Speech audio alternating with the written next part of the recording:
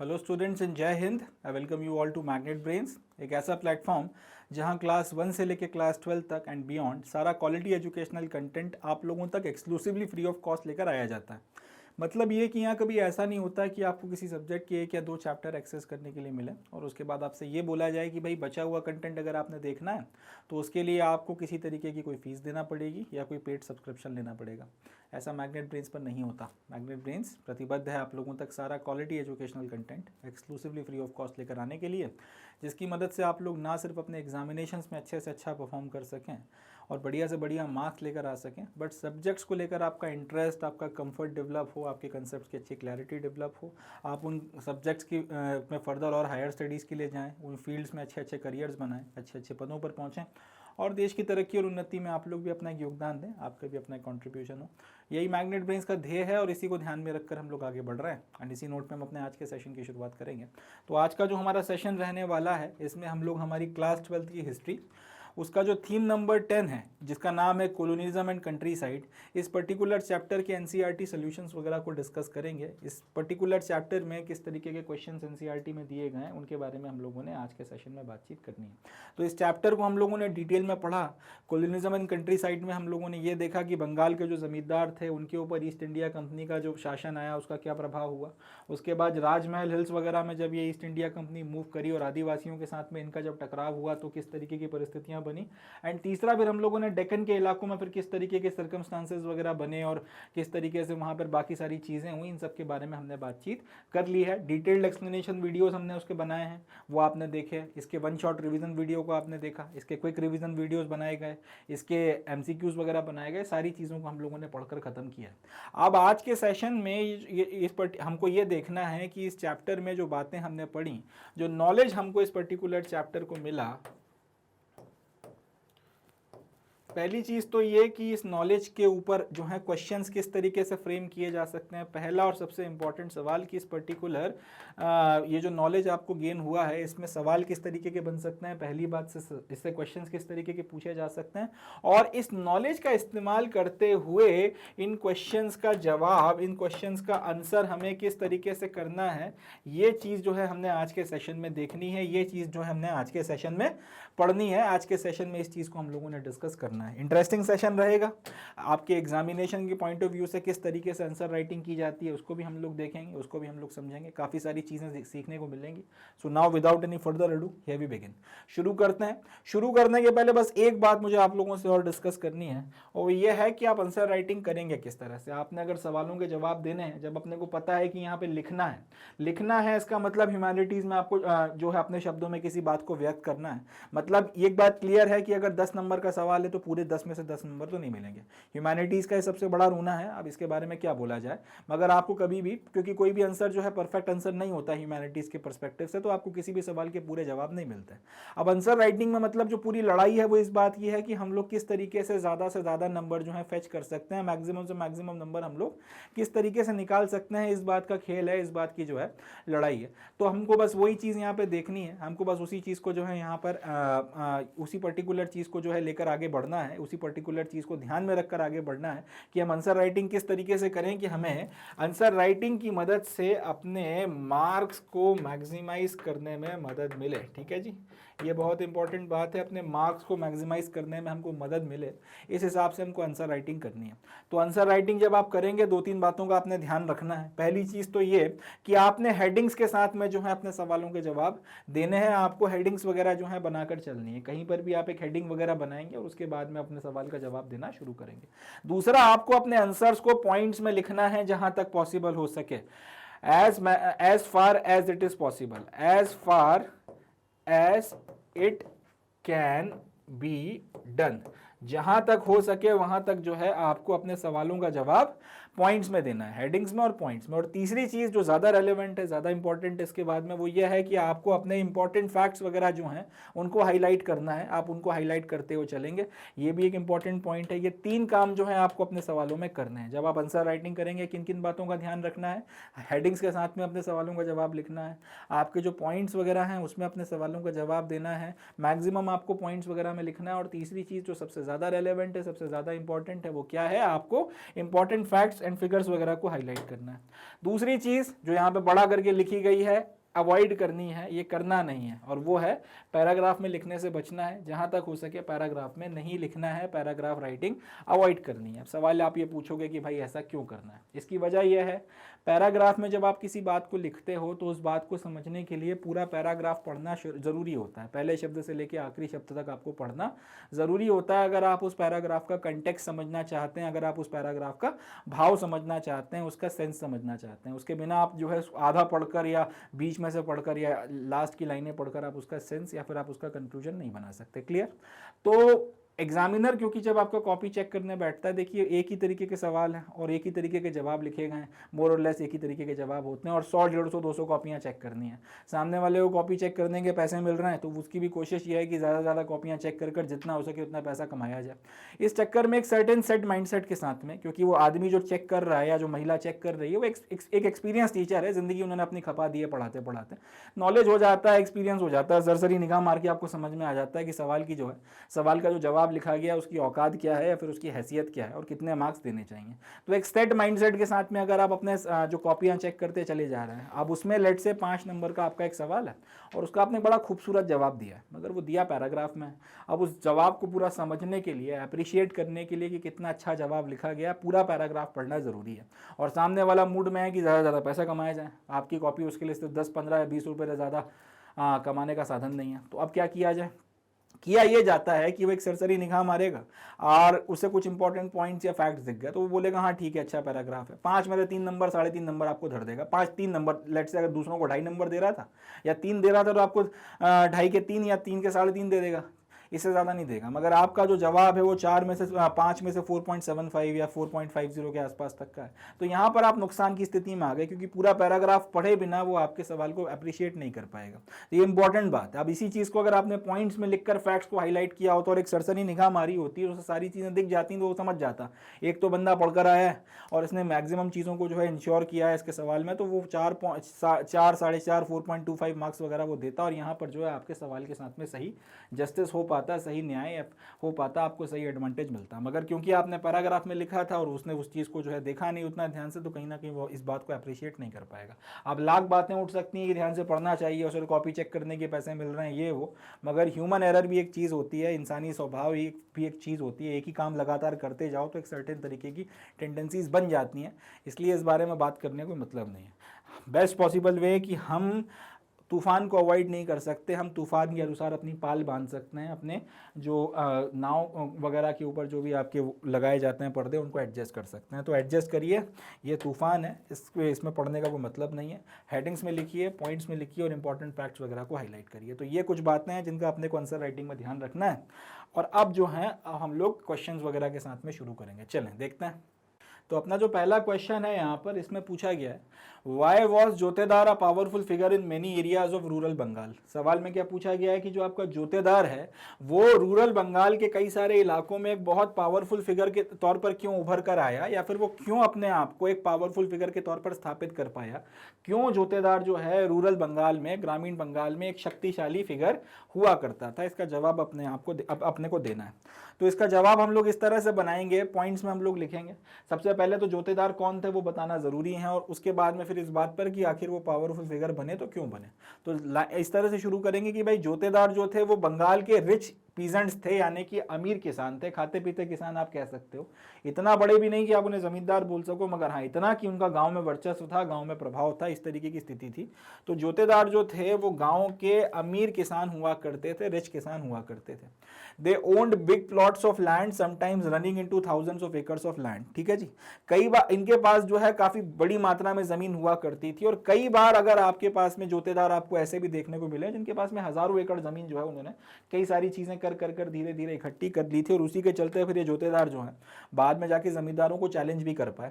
तीसरा ये जो फैक्टर आता है जिसके चलते वो आपका पावरफुल हो गए, उसकी वजह ये थी कि ये आपका जो गांव का इलाका है वहां पर लोकल ट्रेड जो हो रहा है और जो लोकल कॉमर्स हो रहा है, खास तौर पे आपको जो मनी लेंडिंग का बिजनेस है, जो आपका ब्याज पे पैसा देने का जो पूरा का पूरा बिजनेस है, उसको कंट्रोल किया करते थे।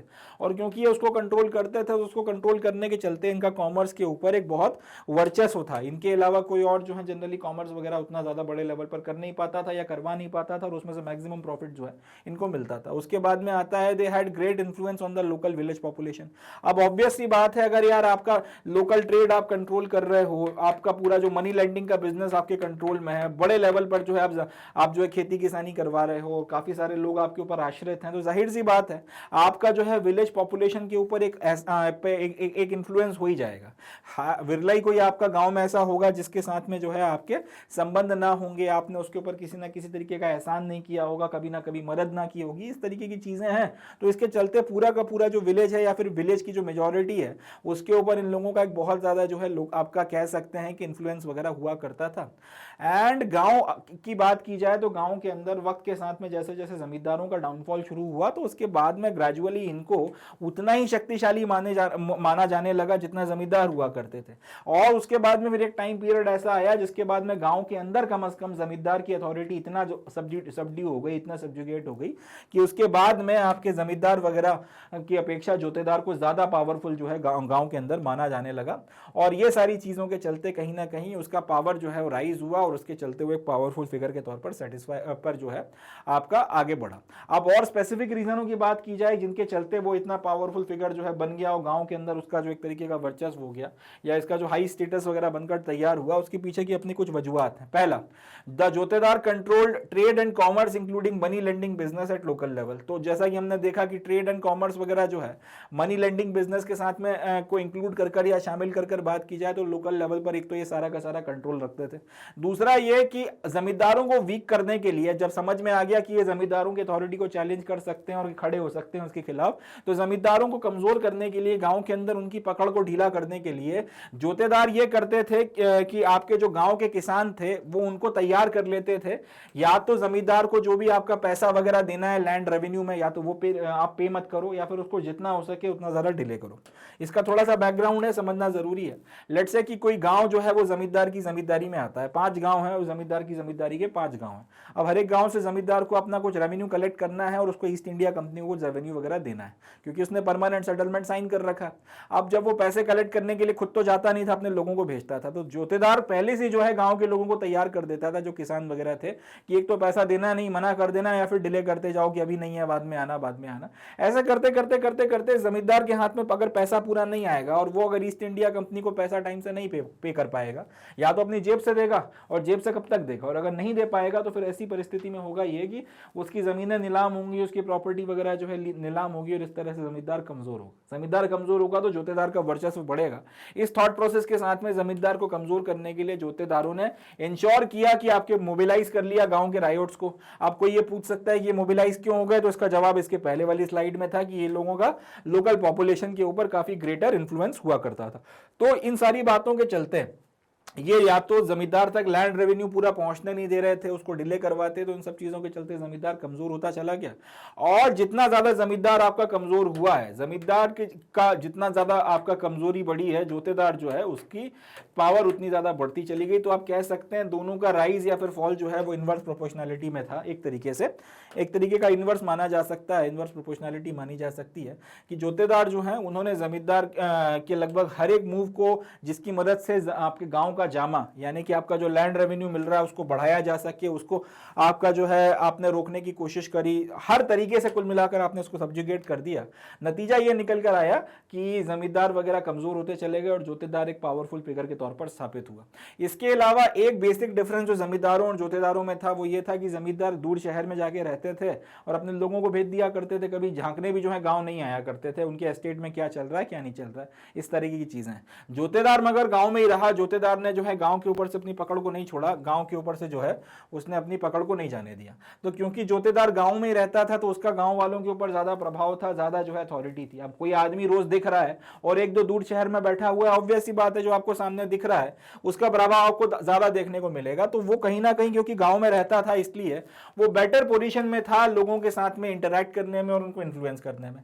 इसके अलावा जोतेदार जो है वो were rich and own big areas of land under cultivation, इसमें भी कोई शक की बात नहीं है, पैसे वाले भी हुआ करते थे और बड़ी मात्रा में इनके पास में भी जो है जमीन हुआ करती थी।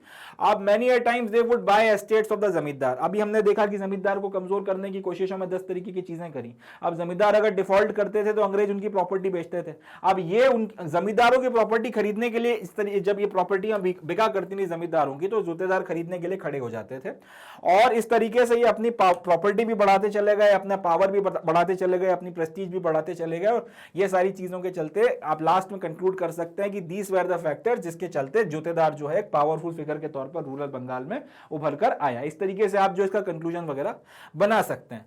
अब ये सवाल हम लोगों ने अच्छा बनाकर तैयार कर दिया, पॉइंट्स वगैरह में हमने इसका जवाब दे दिया, हेडिंग्स वगैरह भी हमने इसमें लिख दी है। अब हमने ये करना है लास्ट काम कि हमने इसमें हाईलाइट करना है। तो पहली चीज तो ये कि रिच पीजेंट्स वगैरह को आपने हाईलाइट कर देना है। इसके बाद में ये पूरी की पूरी लाइन आपने हाईलाइट करनी है, एग्जामिनर की नजर इसके ऊपर जानी चाहिए। एक बार अगर उसकी नजर इसके ऊपर गई तो वो समझ जाएगा कि सामने वाला एक तो अच्छे से पढ़कर आया है, दूसरा इसके कंसेप्ट बड़े क्लियर हैं, तीसरा इसने मेहनत करी है आंसर राइटिंग के ऊपर, अच्छी प्रैक्टिस कर आया है, और चौथा मुस्कुराएगा कि मेरे को ज्यादा मेहनत नहीं करना पड़ी इसमें, मार्क्स वगैरह देकर आपको अच्छे से आगे बढ़ जाएगा। तो ये आपने लाइन जो है इसको आपने कर दिया। ग्रेट इन्फ्लुएंस जो है इसको आपने अंडरलाइन कर दिया। आगे बढ़ते हैं।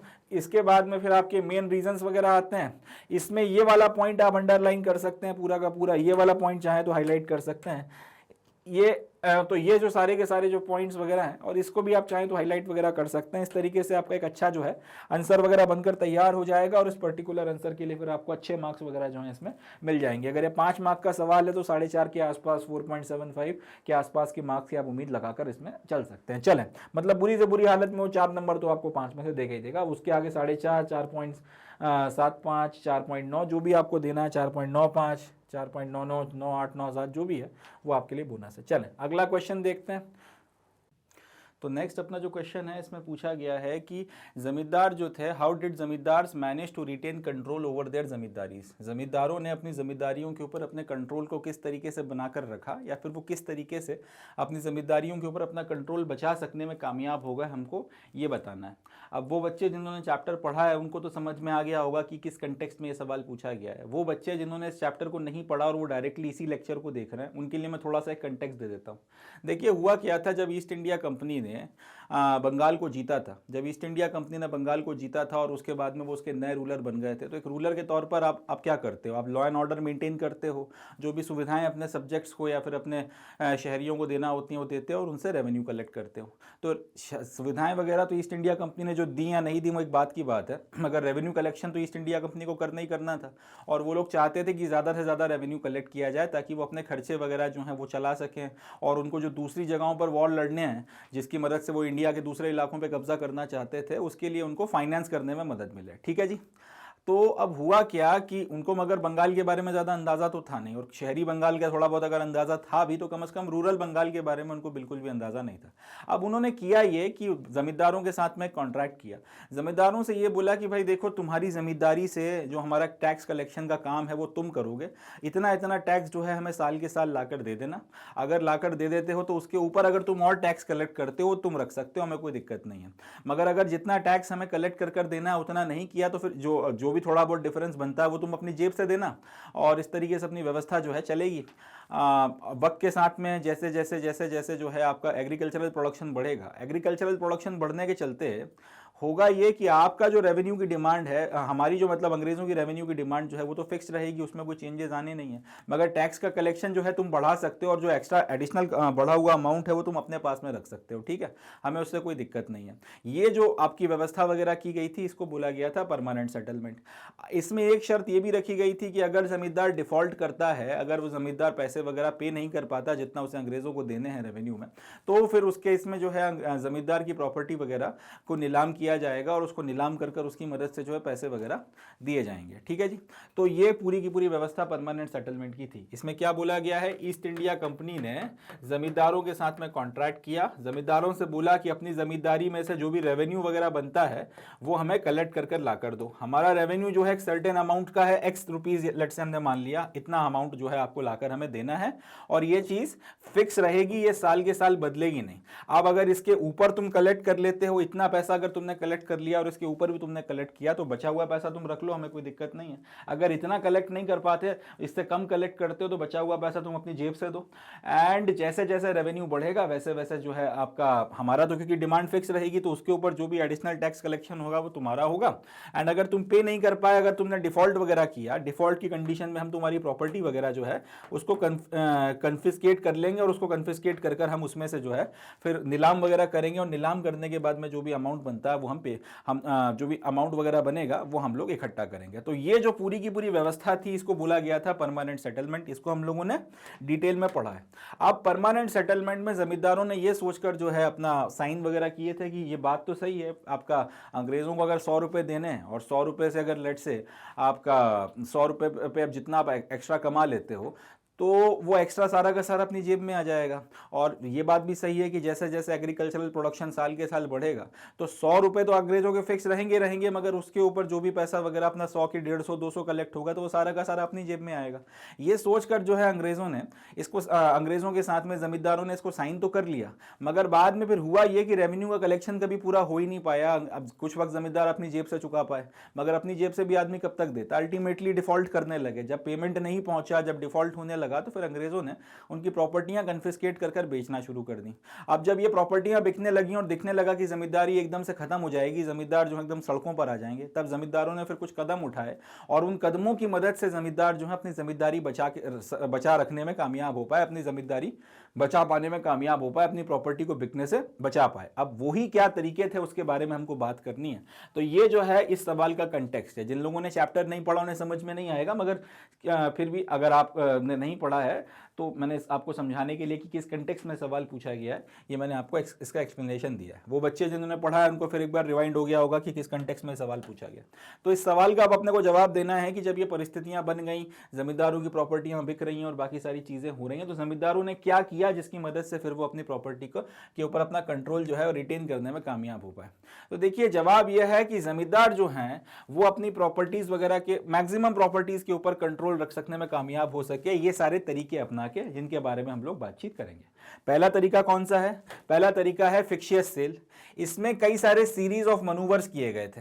मनूवर जो है, ये शब्द का मतलब अगर आप शाब्दिक तौर पर लोगे तो इसका मतलब बनता है कि अगर आपने ट्विस्ट एंड टर्न्स लिए हैं कई सारे, तो उसके लिए जो शब्द इस्तेमाल होता है वो है मनूवर। जैसे कि एक सड़क है, उसमें काफ़ी सारे कर्व्स हैं, आप धीरे धीरे जो है उन कर्व्स के अनुसार जो है अलॉन्ग जो है अगर आप जा रहे हो, तो इस चीज़ को मनूवरिंग बोला जाता है। एग्जाम्पल के लिए आपका ईस्ट इंडिया कंपनी ने गुड फेथ में एक पर्टिकुलर एक घोषणा करी थी, या फिर एक डिक्री करी थी, या फिर एक डिक्लेरेशन किया था कि अगर किसी महिला के नाम पे कोई प्रॉपर्टी है या कोई जमींदारी है, और वो भले ही डिफॉल्ट भी करती है, तो भी हम लोग जो है उसको कन्फिस्केट नहीं करेंगे, और कन्फिस्केट कर उसकी नीलामी नहीं करेंगे। अब जब जमींदारों को पता चला कि ये बात हो गई है कि महिलाओं के नाम पर अगर प्रॉपर्टी है और उसका जो है जब्ती या नीलामी या कुर्की नहीं होगी, तो ऐसी कंडीशन में जो बंगाल में जो बर्दवान का इलाका है, बर्दवान का जो आपका जमींदार था, जिसको वहां का राजा ऑफ बर्दवान बोला जाता था, उसने किया ये कि जितनी अमाउंट वगैरह वो अपनी मतलब माँ के नाम पर अपनी प्रॉपर्टी को ट्रांसफर कर सकता था, उतनी उसने जो है अपनी माँ के नाम पर ट्रांसफर कर दी। क्योंकि अब ईस्ट इंडिया कंपनी वालों ने खुद बोल रखा है कि महिलाओं के नाम पे अगर इतनी इतनी जमीन है, इतनी इतनी जमींदारी है, तो उसको हम लोग कन्फिस्केट नहीं करेंगे, उसको हम लोग नीलाम नहीं करेंगे। तो इन्होंने उतनी उतनी जमीन अपनी माँ के नाम पे कर दी। अब उतनी जमीन जो है वो बचा ले गए, क्योंकि अब कंपनी अपनी बात से जो है फिर नहीं सकती थी और उस जमीन को टेक ओवर नहीं कर सकती थी। तो इस तरीके से ये जो एक मनूवर ये था, एक आपने जो है कुल मिलाकर एक मनूवरिंग या फिर एक टर्न या फिर एक ट्विस्ट एंड टर्न आपने ये ले लिया, और उसकी मदद से आपने कुछ प्रॉपर्टी बचा ली। दूसरा तरीका आपने ये किया कि अगर आपने डिफॉल्ट कर दिया जानबूझकर, जो है फिर अब आपने डिफॉल्ट करना शुरू किया, और डिफॉल्ट करने के बाद में जमींदार की प्रॉपर्टी का एक हिस्सा जो है अंग्रेज अपने कंट्रोल में ले लेते थे। अब अंग्रेजों के किसी काम की तो वो प्रॉपर्टी थी नहीं, उनको तो पैसे से मतलब था, तो वो करते ये थे कि इस प्रॉपर्टी को फिर वो जो भी प्रॉपर्टी का हिस्सा जमींदार की उन्होंने कब्जे में लिया है, इसकी नीलामी करते थे। अब जमींदार ये करता था कि इस नीलामी के या फिर इस ऑक्शन को मैनिपुलेट करता था। वो अपने लोगों को भेज दिया करता था और उनसे बोलता था कि जितना ज्यादा हो सके उतनी बड़ी बड़ी बोलियां लगाकर मेरी जमीन खरीद लेना, और किसी दूसरे व्यक्ति को मेरी जमीन मत खरीदने देना। तो अगर कहीं पे ऑक्शन चल रहा है, अब एक आदमी ने बोला कि मैं इस प्रॉपर्टी के 2000 रुपए दूंगा, तो उनका जमींदार का जो एजेंट है, जो जमींदार के बिहाफ पे बोली लगाने पहुंचा है, वो बोलता था कि मैं 2500 देने को तैयार हूं। अब वो 3000 बोल रहा है, तो वो 5000 बोलने को तैयार है। तो जितने जितने आपके दूसरे भी आपके बिडर्स वगैरह हुआ करते थे, जो दूसरे लोग आपका प्रॉपर्टी खरीदने आते थे, उन सबको वो जो है आउट परफॉर्म कर देता था, आउटबिड कर देता था और वो प्रॉपर्टी वगैरह खरीद लेता, वो प्रॉपर्टी तो नहीं मगर वो जो ऑक्शन है वो जीत लेता था, वो ऑक्शन पे जो है हाईएस्ट बिल्डर के रूप में निकल कर आता था। अब देखिए होता क्या है, जब इस तरीके के ऑक्शंस होते थे, उसने बोली वगैरह लगा दी, तो बोली लगा के जब सबसे बड़ी बोली वो लगाने में कामयाब हो गया तो फिर उसको विजेता डिक्लेयर कर दिया जाता था। अब उसके बाद में वो ये बोलता था कि अभी मैं साइन वगैरह कर देता हूं यहाँ पे, मगर मैं पैसे आपको 2-3 दिन में ला कर देता हूं। तो वो बोलते रहे ठीक है 2-3 दिन में आप पैसे वगैरह ला कर दे देना, टोकन अमाउंट 100-200 500 रुपए जो भी है जमा कर दो, और चाबियां जो भी आप ले लेना, जो भी प्रॉपर्टी है उसके ऊपर कब्जा ले लेना। अब 2-3 दिन बाद या 4 दिन बाद उस आदमी के पते नहीं होते थे। अगर ईस्ट इंडिया कंपनी वाले उसको लोकेट कर भी लेते थे तो फिर वो ये बोलता था भाई कैसे पैसे, कैसी पहचान, हम आपके हैं कौन, हम आपको जानते ही नहीं है। तो ये वाली स्थिति आ जाती थी कि हर बार अब यहां पर सामने वाला जिसने ऑक्शन जीता है वो पैसे देने से मना कर देता था, वो तो ये बोलता था कि मुझे पता ही नहीं तुम क्या बात कर रहे हो।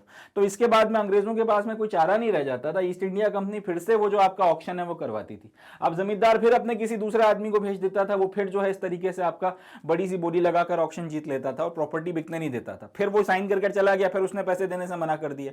अब ये प्रक्रिया बार बार चलती रहती थी, और ऐसा करते करते ऑक्शन में जो करवाने में जो पैसे लग रहे हैं वो ज्यादा भारी पड़ने लगते थे आपको, क्योंकि सामने वाला जो है बिकने दे नहीं रहा। तो ये प्रोसेस आपकी एंडलेसली चलती चली जा रही है, और इसके चलते भी जो है आप काफी बड़ी मात्रा में अपना पैसा वगैरह जो है बचा सकने में कामयाब हो पा रहे हो। अल्टीमेटली जब अंग्रेजों को समझ में आ जाता था कि ये आदमी बिकने नहीं देगा, तो फिर थक हार कर वो अंग्रेज ये बोलते थे कि भाई एक काम कर, अपनी प्रॉपर्टी तू ही जो है कम दामों पर हमसे खरीद ले, और तेरा वो रेवेन्यू वगैरह सब माफ, मगर ये प्रॉपर्टी कम दामों पर खरीद के जो पैसा हमें दे सकता है वो दे दे। अल्टीमेटली अपनी कुछ प्रॉपर्टी जो है, अपनी ही प्रॉपर्टी को फिर बहुत कम दाम पर जमींदार जो है खरीद लिया करता था। इससे अब दो फायदे हुए, एक तो अपनी प्रॉपर्टी जो है उसको उसने अपना कंट्रोल वगैरह जो है वो रिटेन किया, दूसरी चीज जो है उसने कभी रेवेन्यू वगैरह पूरा पे किया ही नहीं। आपका जो ये रेवेन्यू है उसने कभी भी इसको पूरा पे नहीं किया। तो 2-3 चीजें यहां से हो रही हैं, अंग्रेजों के हाथ में कभी उतना पैसा आया ही नहीं जितना वो समझ चाहते थे कि उनके हाथ में आएगा। जमींदार अपनी मैक्सिमम प्रॉपर्टी बचा सकने में कामयाब हो गया, रेवेन्यू वगैरह भी उसने पे नहीं किया। इस तरीके से कई सारी चीजें हुई। अब ऐसे ट्रांजैक्शन आपको अंग्रेजों ने, जब ईस्ट इंडिया कंपनी ने बंगाल को कब्जे में लिया था, उसके बाद 1793 में जब परमानेंट सेटलमेंट लेकर आए थे, उसके बाद के 15-20 सालों में आपको ये चीज अब बहुत बड़े पैमाने पर जो है होती हुई दिखती है। बर्दवान वगैरह का जो इलाका है और बाकी जगहों पर आपको ये चीज बहुत बड़े लेवल पर होती हुई समझ में आती है। तो इस तरीके से ये अपनी प्रॉपर्टी वगैरह को बचाने में कामयाब हो गया। एक तरीका जो इसने लगाया वो ये था कि आउटसाइडर्स के ऊपर अटैक करवाता था। देखिए होता क्या था कि अब अंग्रेजों को भी समझ में तो आता था कि इस तरीके की चीजें हो रही हैं, जमींदार अपने एजेंट भेज रहा है और इनकी मदद से जो है वो ऑक्शन को मैनिपुलेट करवाता था।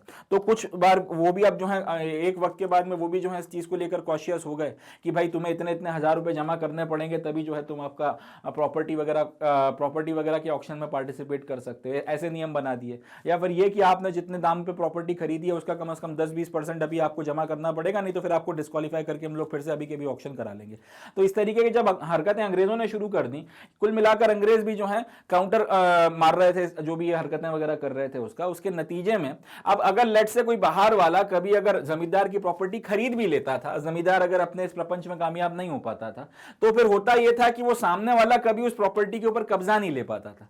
प्रॉपर्टी के नाम पर या तो अपने जमीन खरीदी होगी, या जमींदार की हवेली खरीद ली होगी, कोठी खरीद ली होगी। अब ये चीजें होती कहां थी? गांव के अंदर होती थी। अब गांव के अंदर जब आप अपना पोजीशन लेने के लिए जाओगे तो जमींदार करता यह था कि अपने जो लठैत होते थे, अपने जो लाठियाल्स होते थे, उनसे जो खरीदने वाला व्यक्ति था उसके ऊपर हमला करवा देता था। अब इन हमलों के चलते लड़ाई, अब जब सामने वाला समझ जाता था कि पूरा का पूरा गांव उसके खिलाफ है, वो अगर फोर्सफुली अपने लोगों को लाके अगर प्रॉपर्टी वगैरह पे कब्जा ले भी लेगा तो यहाँ पे सर्वाइव नहीं कर पाएगा। लोग जो है उसको जीने नहीं देंगे, परेशान करेंगे, जमींदार लगातार अपने लाठियाल्स वगैरह से अटैक वगैरह करवाएगा। तो ये सारी चीजें जो है इसके चलते भी कहीं ना कहीं आपके जमींदार की प्रॉपर्टी जमींदार की ही बनी रही, भले उसको खरीद किसी और ने लिया। इस तरीके की परिस्थितियां भी जो है निकल कर आ गई। तीसरी चीज ये होती थी कि कई बार आपके जो किसान होते थे, आपके जो रायोट्स वगैरह हुआ करते थे, ये भी जो है आपके बाहर वालों को आने नहीं देते थे। इसकी वजह ये थी कि जमींदार भले ही कितना भी उनका शोषण करता हो या जो भी चीजें करता हो, जमींदार के साथ में क्लोज रिलेशनशिप जो है वो उनका बना हुआ था। जमींदार को वो सिर्फ जमींदार या मालिक नहीं मानते थे, वो जमींदार को अपना राजा मानते थे। अब आपने नोटिस किया होगा यहाँ पे बर्दवान के जमींदार के लिए जो शब्द इस्तेमाल किया गया है वो है राजा ऑफ बर्दवान। राजा का लिटरल सेंस बनता है किंग, मगर ये कोई एक्चुअल एक्चुअल में किंग वगैरह थे नहीं, मगर जिन गाँव में इनकी जमींदारी थी वहां पर ये राजा से कम भी नहीं थे। तो ये जो किसान वगैरह थे ये जमींदार को अपना राजा समझते थे और अपने आप को समझते थे उसकी प्रजा। तो बेसिकली जमींदार की प्रॉपर्टी बिक रही है तो मतलब उनके राजा की प्रॉपर्टी बिक रही है, उनके आत्मसम्मान को ठेस लग रही है, ये उनका जो है सेल्फ रिस्पेक्ट के खिलाफ जा रहा है, इस तरीके की बातें भी जो है फिर इंटरप्ले करती थी। तो नतीजा ये निकलता था कि अगर कोई इनकी प्रॉपर्टी खरीद भी लेता था तो जमींदार के जो आपके जिस भी गांव में प्रॉपर्टी बिकी है उसके किसान सामने वाले को अंदर एंटर ही नहीं करने देते थे। अब अगर वो किसी को एंटर नहीं करने देंगे, तुम गांव में घुस नहीं पा रहे हो, लोग तुम्हारी मदद नहीं कर रहे हैं, बॉयकॉट कर रखा है, तुम्हारा सोशल बॉयकॉट हो रहा है, तो फिर तुम कैसे सर्वाइव कर जाओगे किसी गांव में। इसके नतीजे में हुआ ये कि आपका जमींदार वगैरह को अब क्योंकि आप किसी पर्टिकुलर गांव में अगर किसान साथ में खड़े हैं तो फिर जमींदारों को डिस्प्लेस करना मुश्किल हो गया। नतीजा ये हो गया, ईस्ट इंडिया कंपनी को समझ में आ गया कि जो अंग्रेजों के तरीके हैं कि राइट कि यस और नो और लेफ्ट या राइट या फिर एकदम इस तरीके के जो आपके तरीके हैं कि ये करना है तो करना है, नहीं करना तो नहीं करना, ये एकदम आपका स्ट्रिक्टनेस वगैरह जो है वो इंडियंस के साथ में चल नहीं पाएगी। और नतीजतन उनको जब दिखने लगा कि रेवेन्यू में बहुत नुकसान हो रहा है तो फाइनली उन्होंने आपके जो नियम कायदे हैं रेवेन्यू वगैरह के इनको फ्लेक्सिबल बनाया, जमींदारों को साथ बैठाकर बात करी और बोला कि यार पहले की जो बातें हो गई वो भूल भाल जाओ, भूल चूक लेनी देनी इस तरीके की बात है, इन सारी चीजों को जो है दिमाग से अब निकाल दो। रेवेन्यू सेटलमेंट्स के पेमेंट्स के जो रूल्स वगैरह हैं उसको आपने जो है फ्लेक्सिबल बनाया एंड नतीजा ये हुआ कि अल्टीमेटली जमींदार की जो पावर दिख रही थी कि खत्म हो रही है, गांव के ऊपर से पकड़ जा रही है, सारी चीजें एकदम से जो है आपको रिवर्स होती हुई समझ में आई और जमींदार की जो पोजीशन है वो एकदम से स्ट्रेंथन होने लगी। हालांकि अब ये बहुत लंबे वक्त तक नहीं चला, 1930 का जो ग्रेट डिप्रेशन आया था उसमें जो एकदम से अर्थव्यवस्था कोलैप्स हो गई, वो एक ऐसा फेज था जिसमें अल्टीमेटली जो है जमींदारों की पावर पूरी तरीके से कोलैप्स कर गई और इसके बाद में जोतेदारों ने अपनी पोजीशन वगैरह को कंसोलिडेट कर लिया। मगर ये 100-125 साल के बाद हुआ था जिस वक्त के बारे में हम बात कर रहे हैं। मतलब इन सारी तरीकों से, इन सारी तिकड़मों से, इन सारी हरकतों की मदद से जमींदार कम से कम जो है 100-125 साल तक अपना वर्चस्व जो है बनाकर रख सकने में कामयाब हो सके और ईस्ट इंडिया कंपनी को आउट परफॉर्म कर गया। तो ये जो तरीका है इसकी मदद से ये जमींदारों ने अपना पूरा का पूरा जो है कंट्रोल बना के रखा था। तो ये इस तरह से सवाल का जवाब अपना बनकर तैयार होगा। अब इसमें जो जो बातें अपने को हाईलाइट करनी है वो देख लेते हैं। जैसे यहां पर आपने एक हेडिंग बना दी, इसको आप रखिए। इसके बाद में यहां पर आपका एजेंट्स मैनिपुलेटेड द ऑक्शन, इस पर्टिकुलर चीज को आपने आउटलाइन कर देना है, सामने वाला समझ जाएगा। इसी तरीके से इसके बाद इसमें जो है ये वाली जो लाइन है कि such transactions took place on large scale in Bengal including Burdwan, इसको आपने हाईलाइट कर देना है।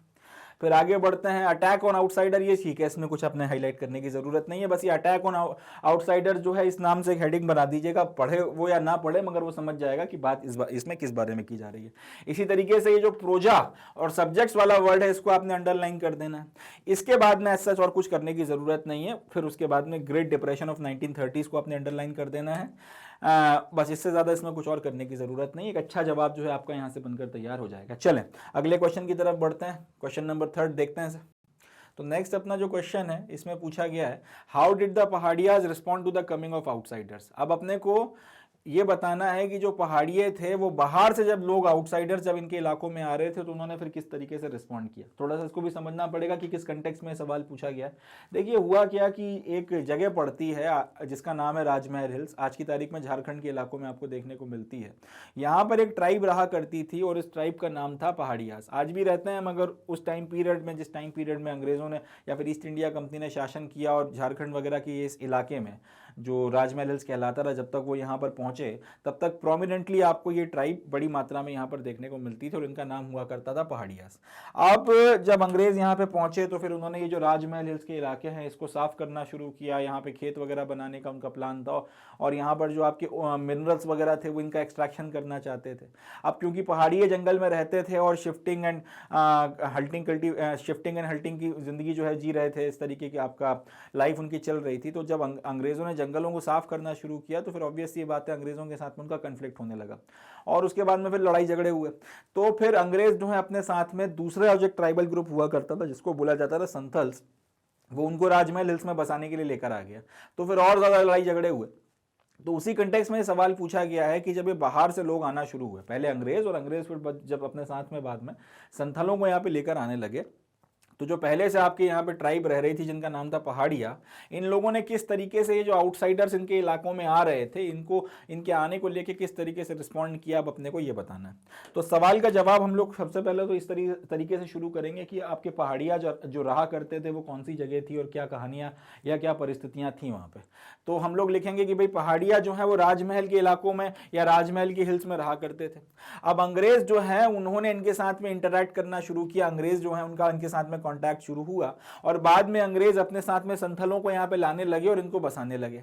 अब जब ये दो चीजें होना शुरू हुई, संथल यहाँ पे आके बड़ी मात्रा में बसने लगे और बाकी सारी चीजें हुई, तो फिर क्या क्या हुआ आप देख लेते हैं। और तो उसमें जो चीजें हुई और जिस उसके रिस्पेक्ट में जो पहाड़िया का रिस्पॉन्स था वो क्या था वो देखते हैं। पहला कि जो पहाड़िये थे उन्होंने जो आपके संथल वगैरह आ रहे थे, संथल जो सेटलमेंट्स यहाँ पे हो रही थी, उनको शुरुआत में तो है जो है रजिस्ट करने की कोशिश करी, उन्होंने उनको वहां आने से रोकने की कोशिश करी, उनके साथ में वॉर वगैरह किया, अंग्रेजों के साथ में भी जो है लड़ाई वगैरह की, मगर जब दिखने लगा कि उनके पास में अपर हैंड नहीं है, एक तो संथल जो है उन पर भारी पड़ रहे थे क्योंकि संख्या में ज्यादा थे, दूसरा ये कि अंग्रेज वगैरह तो ऑब्वियस सी बात है क्योंकि मॉडर्न इक्विपमेंट्स वगैरह के साथ में लेस थे, तो फिर उनके सामने जो आपके पहाड़िये थे वो टिक नहीं पाए उतना ज्यादा।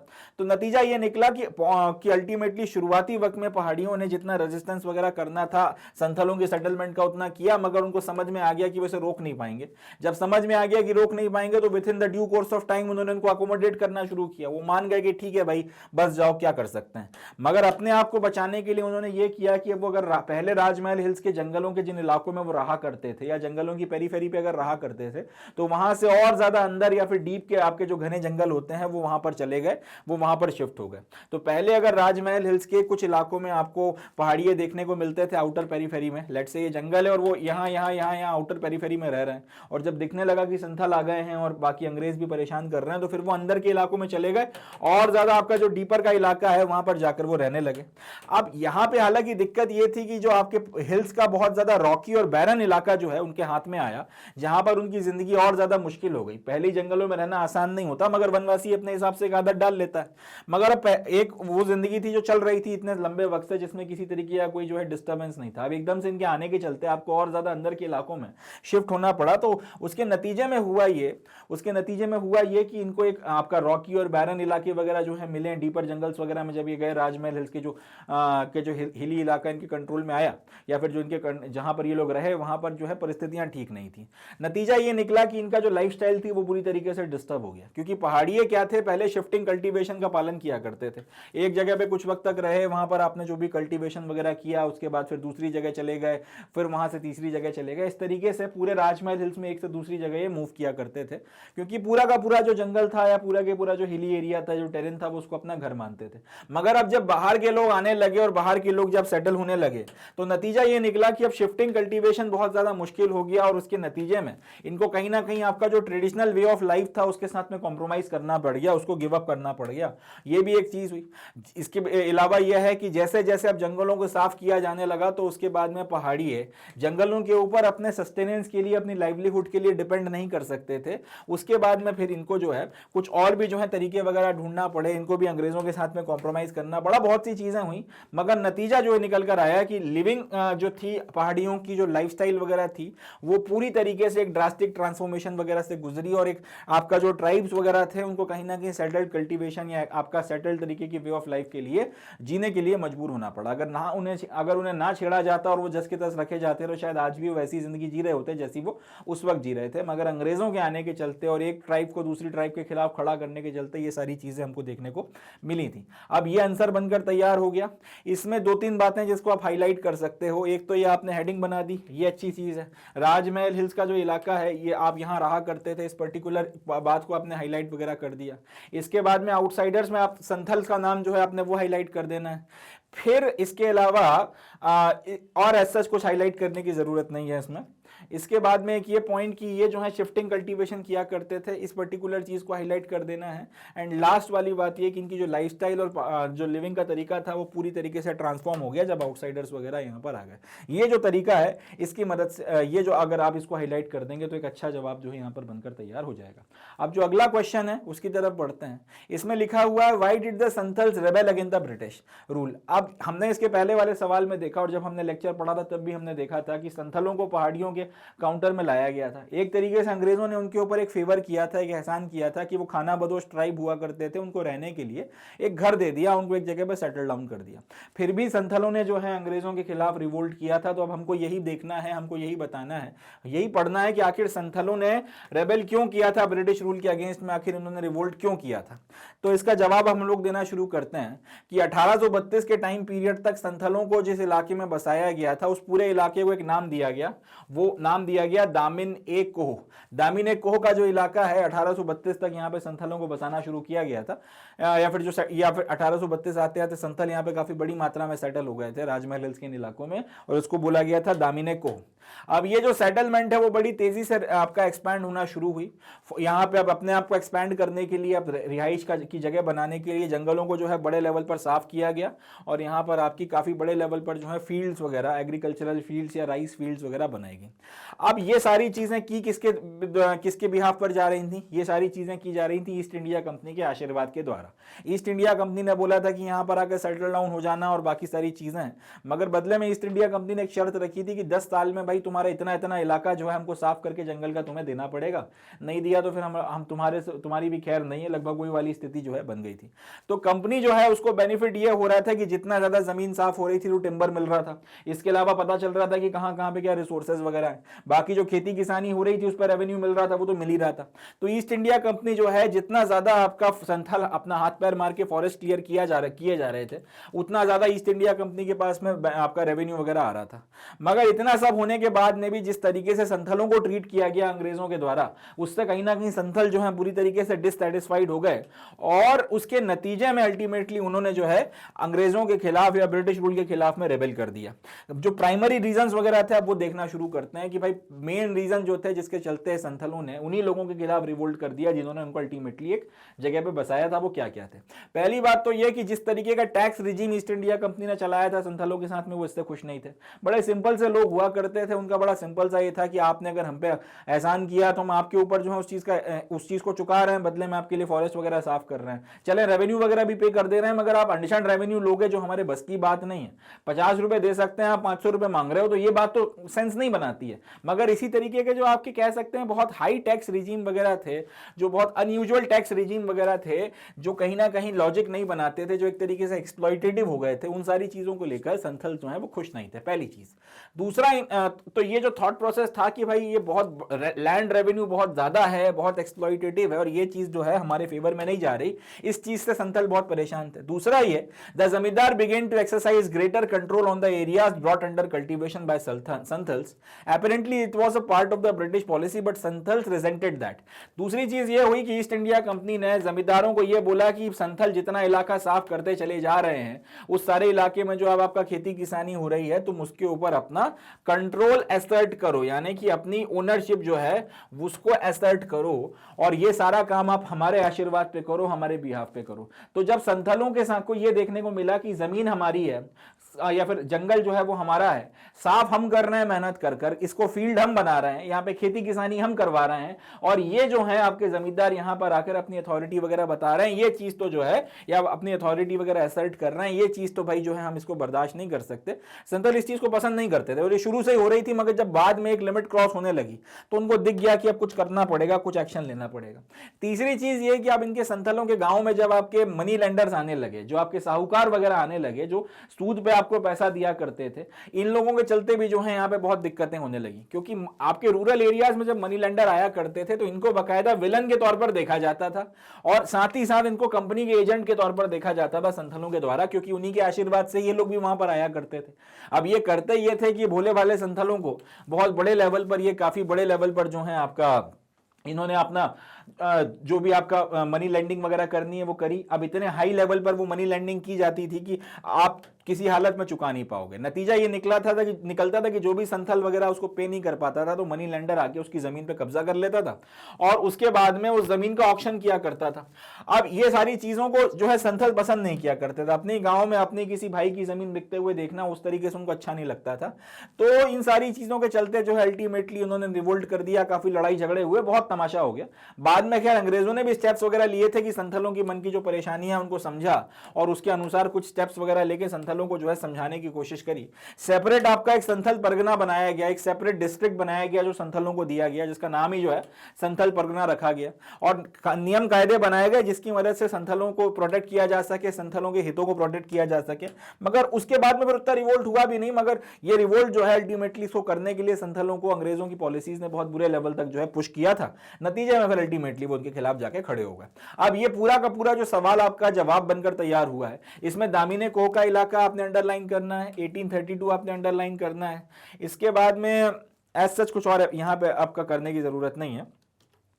यहां ये जो पर्टिकुलर पॉइंट है इसमें जो टैक्स रिजीम है, नॉट हैप्पी, या फिर Santhals were not happy with the tax regime, आप इसको अंडरलाइन कर सकते हैं। उसके बाद में ये वाला जो पॉइंट है कि मनी लेंडर्स जो हैं इनको आपका रूरल एरियाज में विलन और कंपनी के एजेंट के रूप में देखा जाता था संथलों के द्वारा, इस पर्टिकुलर पॉइंट को जो है आप अंडरलाइन कर सकते हैं। एक बात ये चाहें तो संथल परगना जो है इसको आप हाईलाइट कर सकते हैं। इस तरीके से जो एक जवाब आपका बनकर तैयार हो जाएगा। चलें अगला क्वेश्चन देखते हैं, क्वेश्चन नंबर 5। तो नेक्स्ट अपना जो क्वेश्चन है क्वेश्चन नंबर 5, इसमें बोला गया है, इसमें पूछा गया है what explains the anger of Deccan riots against the money lenders. अब अपने को ये बताना है कि जो दक्कन में आपके किसान वगैरह थे उनका मनी लेंडर्स के अगेंस्ट में जो गुस्सा था वो आखिर किन बातों से समझ में आता है। क्योंकि हमने पढ़ा था कि जो आपके दक्कन के रायोट्स थे, यानी कि आपके जो किसान थे, इन्होंने जो साहूकार या मनी लेंडर्स हुआ करते थे इनके खिलाफ एक बहुत बड़े लेवल पर जो है आपका वायलेंस किया था डेक्कन में, उसको डेक्कन रायट्स बोला जाता है। और उस पर्टिकुलर चीज़ के चलते, क्योंकि वो आपके 1857 की रिवोल्ट के बाद में हुई थी, तो अंग्रेज काफ़ी सेंसिटिव थे कि इस तरीके की चीज़ें रिपीट ना हो, तो उन्होंने फिर यहाँ पे काफ़ी इंक्वायरी वगैरह भी की थी, तो फिर काफ़ी सारी बातें निकल कर आई थी। थोड़ा सा बैकग्राउंड में आपको समझा देता हूँ। हुआ ये था कि किसानों ने आपका साहूकारों से खास तौर पर तंग आकर महाराष्ट्र में जो दक्कन का इलाका है वहाँ पर बहुत बड़े लेवल पर जो है वायलेंस किया था, हिंसा करी थी। अंग्रेज डर गए कि ये हिंसा जो है फिर से कहीं रिवोल्ट ऑफ 1857 जैसा रूप ना ले ले, तो फिर उसको जैसे तैसे दबाया गया, काफ़ी सारी चीज़ें की गई और उसमें फिर बहुत सी बातें निकल कर आई जिसमें अंग्रेजों ने खुद माना था कि जो आपके साहूकार वगैरह थे या जो मनी लेंडर थे वो बहुत बुरी तरीके से शोषण वगैरह कर रहे थे किसानों का, और ये चीज़ ठीक नहीं थी। बाद में इसको लेके कुछ काउंटर मेजर्स भी बनाए गए। अब हमको उन्हीं के बारे में बात करनी है, उन सारे फैक्टर्स के बारे में बात करनी है जिसके चलते दक्कन में इतने बड़े लेवल पर जो है हिंसा हो गई थी। तो अपने को क्वेश्चन पूछा गया है कि क्या चीज़ें जो है वो एक्सप्लेन करती हैं दक्कन के इलाकों में जो किसान थे, रायोट्स थे, इनका मनी लेंडर्स के खिलाफ में गुस्सा। एक बात और याद रखिएगा कि रायट्स जो होता है RIOTS, ये होते हैं दंगे, और यहाँ पे RYOTS जो ये शब्द इस्तेमाल हो रहा है, पढ़ा इसको भी रायोट्स ही जा रहा है, मगर ये किसानों के लिए इस्तेमाल होता है, तो इनमें कंफ्यूज मत होइएगा। देखिए बात यह है, सवाल का जवाब आप इस तरह से देना शुरू करेंगे कि जब यूनाइटेड स्टेट्स ऑफ अमेरिका में सिविल वॉर चल रहा था तो उस वक्त में कॉटन का प्रोडक्शन जो वहाँ पे होता था एक तो वो कम हो गया, प्लस कॉटन का जो एक्सपोर्ट हुआ करता था वो कम हो गया। तो इस कॉटन और उसके बाद अंग्रेजों ने अभी जो कॉटन की कमी हो गई, यूएसए से जब कॉटन नहीं आ रहा था तो फिर उन्होंने इस चीज़ को काउंटर करने के लिए इंडिया में कॉटन का प्रोडक्शन बढ़वाया, और कुछ वक्त तक ये अच्छा खासा कॉटन बूम आया भी था। मगर फिर बाद में जब सिविल वॉर खत्म होने लगा और यूनाइटेड स्टेट्स ऑफ अमेरिका में फिर से जो है कॉटन वगैरह, यूएसए ने जब फिर से आपका कॉटन वगैरह बाहर एक्सपोर्ट करना शुरू कर दिया, तो अंग्रेजों ने फिर यहां पर जो एकदम से आपका काफी ज्यादा एक सपोर्ट किया था, जो प्रोत्साहन दिया था, जिसके चलते बड़ी मात्रा में आपका कॉटन वगैरह इंडिया में खासतौर पे महाराष्ट्र या डेक्कन के इलाकों में उगाया जाने लगा था। एकदम से जो है यहां पर आपको कोलैप्स होता हुआ समझ में आता है, और उस कोलैप्स की स्थिति में फिर बहुत सी परिस्थितियां बनी जिनके चलते फिर जो है मनी लेंडर्स के रिस्पेक्ट में अंग्रेज जो आपके किसान वगैरह उनके दिमाग में बहुत गुस्सा भर गया। अब वो देखेंगे। तो जब सिविल वॉर हुआ था तो और जिस तरीके से आपका यूएसए में सिविल वॉर होने के वक्त में जिस तरीके से इंडियन मर्चेंट्स वगैरह को या फिर इंडिया में अंग्रेजों ने आपका कॉटन के प्रोडक्शन को प्रोत्साहन दिया था, तो इंडियन मर्चेंट्स ने उस चीज से उम्मीद बनाई थी कि आने वाले वक्त में हम लोग जो रॉ कॉटन है उसका पूरा वर्ल्ड मार्केट कैप्चर कर लेंगे। मगर ये चीज हुई नहीं। अब क्यों नहीं हुई वो उसके बारे में बातचीत करते हैं। सिविल वॉर के बारे में बाद में किस तरीके के इवेंट्स हुए थे और उसमें फिर ये जोड़ेंगे कि मनी लेंडर्स ने क्या हरकतें करी थी। पहला तो ये कि अमेरिका में कॉटन का प्रोडक्शन रिवाइव हो गया और वहां से लाना अंग्रेजों को ज्यादा सस्ता पड़ता था बजाय कि वो आपका इंडिया से लेकर जाते। तो इंडिया से जो कॉटन का इंपोर्ट हो रहा था या फिर अंग्रेजों को जो इंडिया से कॉटन का एक्सपोर्ट किया जा रहा था वो धीरे धीरे धीरे धीरे स्टीडीली डिक्लाइन कर गया।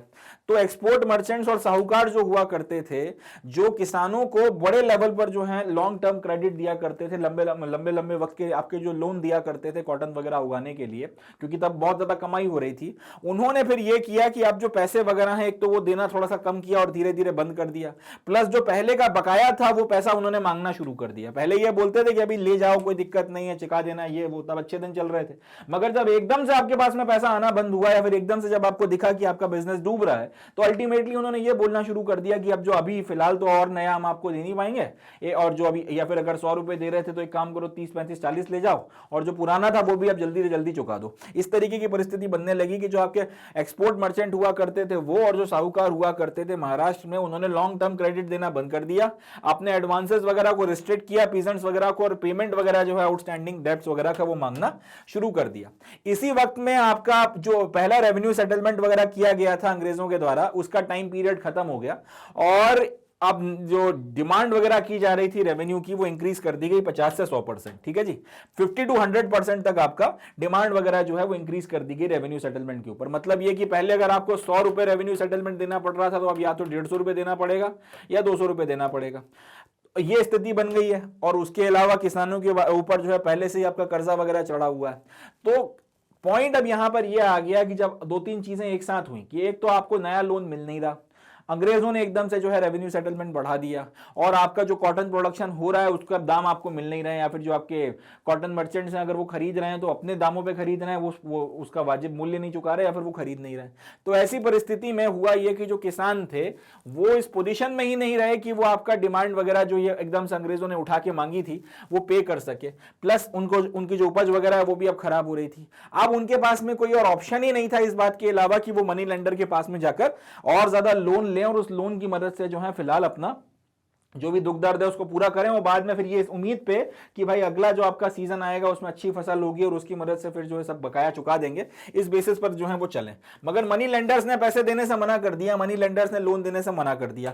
इस बात में जो है फिर आपका जो किसान है उनको गुस्सा आ गया, उनको लगा कि मनी लेंडर बहुत ज्यादा जो है, साहूकार बहुत बुरी तरीके से इनसेंसिटिव हो गया उनकी परिस्थितियों को लेकर, और ये चीज ठीक नहीं है, और ये कर वो उस इलाके का जो आपका कस्टमरी नॉर्म्स है कंट्री साइड का उसको वायलेट कर रहा है, जिसमें ये बोला गया था कि बुरे वक्त में आपने मदद करनी है, आप इस तरीके से मुंह नहीं फेर सकते। दूसरी चीज, एक जो कस्टमरी लॉ था वो ये था कि जितना आपका असल होता है, जितना आपका प्रिंसिपल होता है, प्रिंसिपल से ज्यादा आप टैक्स नहीं लगा सकते। अगर 100 रुपए आपसे मैंने लोन लिए हैं तो कस्टमरी लॉ ये कहते थे कि 100 रुपए पे आप जो भी आपका टैक्स वगैरह लोगे या जो भी आप इंटरेस्ट वगैरह चार्ज करोगे वो 100 रुपए से ज्यादा नहीं बनना चाहिए। जितना प्रिंसिपल है, इंटरेस्ट या सूद या ब्याज जो होगा उससे कम ही लगाया जाएगा, उससे ज्यादा नहीं लिया जा सकता।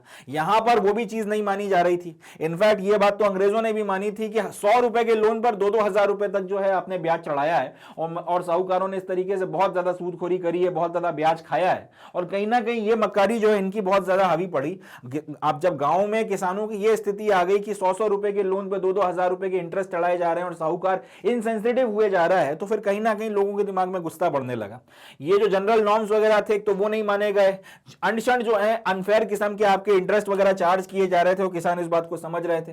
अंग्रेजों ने भी बाद में जब आपका इन्वेस्टिगेशन किया था एक कमीशन बनाकर जिसका नाम डेक्कन राइट्स कमीशन रखा गया, तो उन्होंने भी इस बात को माना कि ये हरकतें तो हुई हैं और साहूकारों ने जो है अच्छी चीजें नहीं करी हैं। तो there were complaints of the injustice of such extractions and the violation of the customs. तो एक तो ये कि इस तरीके की आपकी अमानवीय एक्सट्रैक्शंस, दूसरा आपके जो लोकल कस्टम्स वगैरह है उनका वायलेशन, ये सारी चीजें, इन सब चीजों की जो है बड़े लेवल पर कंप्लेंट बाद में की भी गई। तो इन सब चीजों के चलते गुस्सा बढ़ रहा था, शोभ वगैरह बढ़ रहा था। साथ ही साथ एक नया कानून पास किया गया था किसानों के फेवर में जिसका नाम रखा गया था लिमिटेशन लॉ। उसमें यह बोला गया था कि अगर आपने कोई लोन का बॉन्ड साइन किया है किसी के साथ में तो वो मैक्स टू मैक्स 3 साल तक के लिए जो है वैलिड रहेगा, उससे ज्यादा वैलिड नहीं रहेगा। मनी लेंडर्स ने उस पूरे की पूरी व्यवस्था को भी जो है मैनिपुलेट कर लिया, और जो आपका ब्याज है उसको नया प्रिंसिपल मान के एक और नया कॉन्ट्रैक्ट बना दिया, उसका ब्याज पूरा नहीं हो उसको प्रिंसिपल मान के एक और उसको असल मान के एक और नया जो है कॉन्ट्रैक्ट बना दिया। ये चीजें कर कर कर उन्होंने किसानों का एक परपेचुअल एंडलेस आपका कह सकते हैं एक्सप्लॉइटेशन जो है वो करना जारी रखा, और इन सारी परिस्थितियों में फाइनली आपका जो गुस्सा था किसानों के मन में साहूकारों के लिए बढ़ता चला गया, बढ़ता चला गया, बढ़ता चला गया, और जब वह फूटा तो फिर साहूकारों को कहीं भागने की या छुपने की जगह नहीं मिली, पकड़ पकड़ के मारा गया, उनके घरों को आग लगाई गई, जो बही खाते थे उनको जला दिया गया, और भी बहुत सारी चीजें हुई जो उन्होंने बाकी सारी चीजें बनाई थी जो किसानों को लगता था कि उनका खून चूस के बनाई गई हैं, उसका नुकसान किया गया। बहुत से मारे भी गए, बहुतों को भागना भी पड़ा, मगर फिर साहूकारों की एक तरीके से कह सकते हैं परिस्थितियां यहां पर खराब हो गई थी। कई लोग ये भी बोलेंगे अकल ठिकाने आ गई थी उनकी, बट ये शब्द इस्तेमाल करना शायद ठीक नहीं है। हर साहूकार एक जैसा नहीं रहा होगा, मगर बड़े लेवल पर इस तरीके की चीजें हुई और इसके नुकसान वगैरह हुए थे, सोसाइटी में टेंशन बढ़े थे और बहुत सी चीजें वगैरह हुई हैं, और इसके चलते अल्टीमेटली किसानों ने अच्छा खासा रिवोल्ट यहाँ पे कर दिया था। मगर क्योंकि मोर और लेस साहूकारों और किसानों के बीच की लड़ाई थी, इसलिए इसको रिवोल्ट या रेबेलियन बोलने की जगह राइट्स वगैरह बोला जाता है, और क्योंकि दक्कन के इलाके में हुआ था इसलिए डेक्कन राइट्स बोला जाता है। तो ये जो है सारी की सारी सर्कमस्टांसेस वगैरह थी जो एक्सप्लेन करती हैं कि क्यों किसानों के मन में दक्कन के इलाकों में साहूकारों या मनी लेंडर्स के लिए इतना ज्यादा गुस्सा भर गया था। अब ये सवाल जो है आपका हो गया यहाँ पे खत्म। अब इसमें क्या क्या बातें अपने को हाईलाइट करनी है वो देख लेते हैं। एक तो आपका ये वाला पॉइंट जो है आप इसको जो है हाईलाइट कर सकते हैं, सिविल वॉर को जो है आपने खास तौर पे हाईलाइट करना है इन यूएसए, ताकि सामने वाला समझ जाए कि आप इसके बारे में जानते हैं। इसके बाद यहाँ पे ऐसे कुछ और हाईलाइट करने की जरूरत नहीं है। ये वाला पॉइंट कि आप लोकल कस्टम्स वगैरह जो है इसको जो है वॉयलेट कर रहे थे, और ये वाला पॉइंट कि जनरल नॉर्म की इंटरेस्ट प्रिंसिपल से ज्यादा नहीं हो सकता, इसको जो है आप नहीं मान रहे, ये हो गया। इसके बाद लिमिटेशन लॉ जो है इसको आपने अंडरलाइन कर देना है। ये इतना जो है हाईलाइटिंग या फिर इतना जो पॉइंट्स को अगर आप हाईलाइट कर देंगे वो मोर देन इनफ है, इसमें आपको अच्छे मार्क्स वगैरह यहाँ पे मिल जाएंगे। चलें अगला क्वेश्चन देखते हैं, क्वेश्चन नंबर 6। तो अपना जो नेक्स्ट क्वेश्चन है इसमें पूछा गया है why were many zamindaris auctioned after the permanent settlement, यानी कि जब परमानेंट सेटलमेंट की व्यवस्था लागू हुई थी उसके बाद में बहुत सी जमींदारियां जो हैं उनको क्यों ऑक्शन कर दिया गया था, बहुत सी जमींदारियों को क्यों बेच दिया गया था, ये अपने को बताना है। जिन लोगों को नहीं पता उनके लिए पहले मैं थोड़ा सा बता देता हूँ कि परमानेंट सेटलमेंट का मतलब क्या होता है। देखिए बात यह है कि रूरल बंगाल का जो इलाका था या फिर बंगाल का जो इलाका था, जब ईस्ट इंडिया कंपनी ने उस इलाके को जीत लिया और वो वहाँ के नए शासक बन गए, तो बाकी सारे शासकों की तरह उनको भी वहाँ से रेवेन्यू और टैक्स वगैरह का कलेक्शन करना था।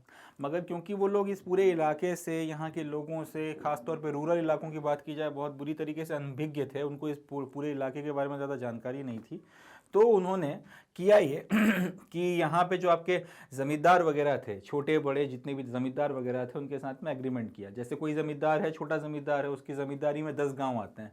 कोई ज़मींदार है वो बड़ा ज़मींदार है, उसकी ज़मींदारी में 50 से लेके 500 तक जितने भी गांव वगैरह आते हैं।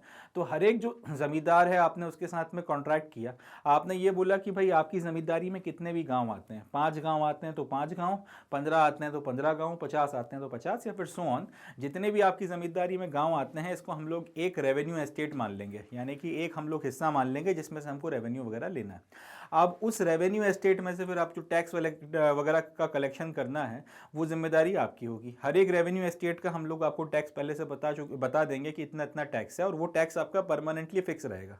जैसे कि अगर मैं एक ज़मींदार हूँ और मेरे अंडर में 20 गांव आते हैं, 15 या 20 गांव आते हैं, तो मेरा जो 15 या 20 गांव मेरी ज़मींदारी है, या कि 15 या 20 गांव की मेरी जो ज़मींदारी है, इसको आपने एक रेवेन्यू एस्टेट मान लिया। अब इस रेवेन्यू एस्टेट में आपने ये बोला कि भाई अब मेरी जिम्मेदारी बनती है कि मुझे यहाँ से टैक्स कलेक्ट करना है, और 20 गांव हैं या 15 गांव हैं, तो मुझे बोला कि आपने 5,000 रुपये जो है टैक्स लेकर आना है। अब ये मेरा हेडेक है कि मैं 5,000 रुपये कैसे लेकर आता हूँ। अंग्रेज़ों ने मुझे एक बात और बोल दी है कि हम लोग हर साल जो है 5,000 रुपये ही मांगेंगे, ना इसको हम आगे बढ़ाएंगे ना इसको हम लोग पीछे करेंगे। 5,001 रुपया भी नहीं लेंगे और 4,999 भी नहीं लेंगे। तो 5,000 से अगर काम आपने अगर पैसे कलेक्ट किए तो बाकी पैसे जितने हमको आपको देना है वो अपनी जेब से दो, वो आपका हेडेक है। अगर आप 5,000 से ज़्यादा कलेक्ट करते हो तो ऐसी परिस्थिति में यह है जितना एक्स्ट्रा आप कलेक्ट कर लेते हो भाई आपकी इनकम है। और क्योंकि जैसे जैसे एग्रीकल्चरल प्रोडक्शन बढ़ेगा तो रेवेन्यू का कलेक्शन तो बढ़ना ही बढ़ना है, मगर हमारी डिमांड क्योंकि फिक्स है, हमारी डिमांड में कोई चेंज नहीं आने वाला, इसलिए जो आपका एडिशनल जो आपका जो भी टैक्स वगैरह या रेवेन्यू कलेक्ट होगा वो आपकी जेब में जाएगा, तो आपका फ़ायदा है। इस तरीके से परमानेंट सेटलमेंट का पूरा जो व्यवस्था है वो बनाई गई और ज़मींदारों ने बड़े खुशी खुशी जो है साइन कर लिया। मगर हुआ उल्टा, उनकी सोच ये थी कि भाई खूब सारा पैसा कमाया जाएगा और प्रॉस्पेरिटी बढ़ेगी और ये होगा और वो होगा। हुआ इसका उल्टा, उनकी जमींदारियां बिकने लगी। बड़े लेवल पर जमींदार वो परमानेंट रेवेन्यू जो है परमानेंट सेटलमेंट में वो पे ही नहीं कर पाए और वो डिफॉल्ट करने लगे। तो अंग्रेजों ने ये भी क्लॉज डाला था उस एग्रीमेंट में कि भाई अगर आप हमें पे नहीं कर पाए और डिफॉल्ट वगैरह हो गया तो फिर हम आपकी जमींदारी का कोई हिस्सा या आपकी प्रॉपर्टी का कोई हिस्सा लेंगे, जब्त कर लेंगे और उसको कुर्क करेंगे, उसकी नीलामी वगैरह करेंगे और उसके बाद में फिर उसकी मदद से हम अपना जो भी परमानेंट सेटलमेंट का हिसाब किताब है वो पूरा करेंगे। तो कई सारे जमींदार जो है अपना जब वो रेवेन्यू नहीं पे कर पाए तो उसके बाद उनकी जमींदारियां बिकने लगी। अब हमको यही बताना है कि ये जमींदारियां क्यों बिकने लगी थी। तो ये इस क्वेश्चन का कंटेक्स्ट है जो समझना जरूरी था कि परमानेंट सेटलमेंट जो मैंने अभी आपको बताया कि क्या चीज होती है, जब ये लागू हुआ उसके बाद में आखिर क्यों बड़े लेवल पर कई सारे जमींदार डिफॉल्ट कर गए, क्यों बड़े लेवल पर जमींदारियों का ऑक्शन हुआ या बड़े लेवल पर जो है जमींदारियों की नीलामी की गई। अब हमको ये बात बतानी है। तो इसका जवाब हम लोग इस तरह से लिखना शुरू करेंगे कि कई सारी आपकी जो जमींदारियां थी उनको इसलिए ऑक्शन किया गया क्योंकि जमींदारों ने आपका जो भी रेवेन्यू वगैरह या जो भी टैक्स वगैरह अंग्रेजों को पे करना था, ईस्ट इंडिया कंपनी को पे करना था, वो उसमें जो है फेल हो गए या फिर वो उसमें डिफॉल्ट कर गए। वही बात यहाँ लिखी हुई है कि many zamindaris were auctioned as the zamindars failed to pay up the agreed land revenue on time. कई सारे आपके जो जमींदार्स हैं वो अपनी जमींदारी वगैरह पे जो भी उनको टैक्स वगैरह पे करना था उस टैक्स वगैरह को पे करने में वो कामयाब नहीं हो पाए, और क्योंकि वो कामयाब नहीं हो पाए उस टैक्स को पे करने में, डिफॉल्ट कर गए, इसलिए उनकी जमींदारियां बिकी। अब इसके क्या क्या रीजंस थे, किन वजूहात के चलते वो आपका लैंड रेवेन्यू पे नहीं कर पाए, क्यों डिफॉल्ट हो गया, उस पर थोड़ा सा हम लोग डिटेल में बातचीत करेंगे। तो हेडिंग बनाइए the reason for the same और उसके बाद में लिखिए many believe that the land revenue settlement was on the higher side, moreover soon after the permanent settlement the food grain prices declined, the ryots could not pay up the land revenue and hence zamindar also defaulted. यानी कि एक तो ये कि कई सारे आपके जो लोग थे या कई सारे आपके जमींदार थे वो मानते थे कि अंग्रेजों ने बहुत ज्यादा जो है आपका लैंड रेवेन्यू मांगा है। अंग्रेज भी इस बात को मानते थे कि हम इस बात से इनकार नहीं करते कि हमने बहुत ज्यादा लैंड रेवेन्यू मांगा है, मगर फिर उन्होंने ये बोला कि भाई हमने ये इसलिए बढ़ा के मांगा है क्योंकि आने वाले वक्त में जब प्रोडक्शन बढ़ेगा और उस प्रोडक्शन के चलते जो पैसा कमाया जाएगा वो हमें तो मिलने वाला है नहीं, क्योंकि हमने वो पहले ही बोल दिया कि हम उस पर टैक्स नहीं बढ़ा सकते। तो जितना भी पैसा है वो आपकी जेब में जाएगा, तो हमें बाद में नुकसान ना हो इसलिए हम अभी से हायर टैक्स लेकर चल रहे हैं। अगर कुछ वक्त तक अगर आपको अपनी जेब से भी देना पड़ रहा है तो अब लंबी दौड़ में तो फायदा ही कमाओगे ना। ये बात इन अंग्रेजों का कहना था। तो अंग्रेज भी इस बात को मानते थे और इनमें से कई सारे जमींदार भी इस बात को मानते थे कि भाई ज्यादा मात्रा में टैक्स मांगा जा रहा है, इतना टैक्स देने की स्थिति है नहीं। मगर साथ ही साथ एक चीज और हो गई कि परमानेंट सेटलमेंट जब 1793 में लागू हुआ उसके बाद में एकदम से जो है आपका फूड ग्रेन के जो प्राइजेस हैं, यानी कि जो आपका अनाज है उसकी कीमत एकदम से बाजार में गिर गई। अब बाजार में जब एकदम से कीमत गिर गई तो पहले अगर एक बोरा बेचने के लिए लेट से आपको 100 रुपए मिलते थे, अब वही एक बोरा जो है 70 रुपए में बिक रहा है या 60 रुपए में बिक रहा है। अगर एकदम से उसका दाम इतना गिर गया तो किसानों को जो उपज हो रही है उसके ऊपर जो आमदनी हो रही थी वो कम हो गई, और आपने टैक्स बढ़ा दिया है तो किसान वो पे ही नहीं कर पाएंगे, और अगर किसान नहीं पे कर पाएंगे तो जमींदार जो है फिर वो कलेक्ट नहीं कर पाएगा। अब अगर जमींदार कलेक्ट ही नहीं कर पाएगा तो फिर ऑब्वियस सी बात है वो सारा का सारा पैसा अपनी जेब से तो देगा नहीं। इस कंडीशन में होगा ये कि ये बड़ा ऑब्वियस था कि जमींदार जो है डिफॉल्ट करने लगे, और एक बार जब जमींदार डिफॉल्ट करने लगे, एक लिमिट से ज्यादा जब डिफॉल्ट होने लगा तो फिर अंग्रेजों ने इस चीज को बर्दाश्त नहीं किया और उन्होंने उठा के जमींदारों की प्रॉपर्टीज वगैरह जो है उनका एक के बाद एक में ऑक्शन जो है शुरू कर दिया। दूसरा ये the revenue was to be deposited on time irrespective of harvesting cycle. This was another reason for default by the जमींदार। अब इसमें ये बोला गया है कि आपको रेवेन्यू जो है उसका जो टाइम है कि आपको कब से कब के बीच में रेवेन्यू डिपॉजिट करना है वो फिक्स था, और उसमें किसी भी तरीके की कोई फ्लेक्सिबिलिटी नहीं थी।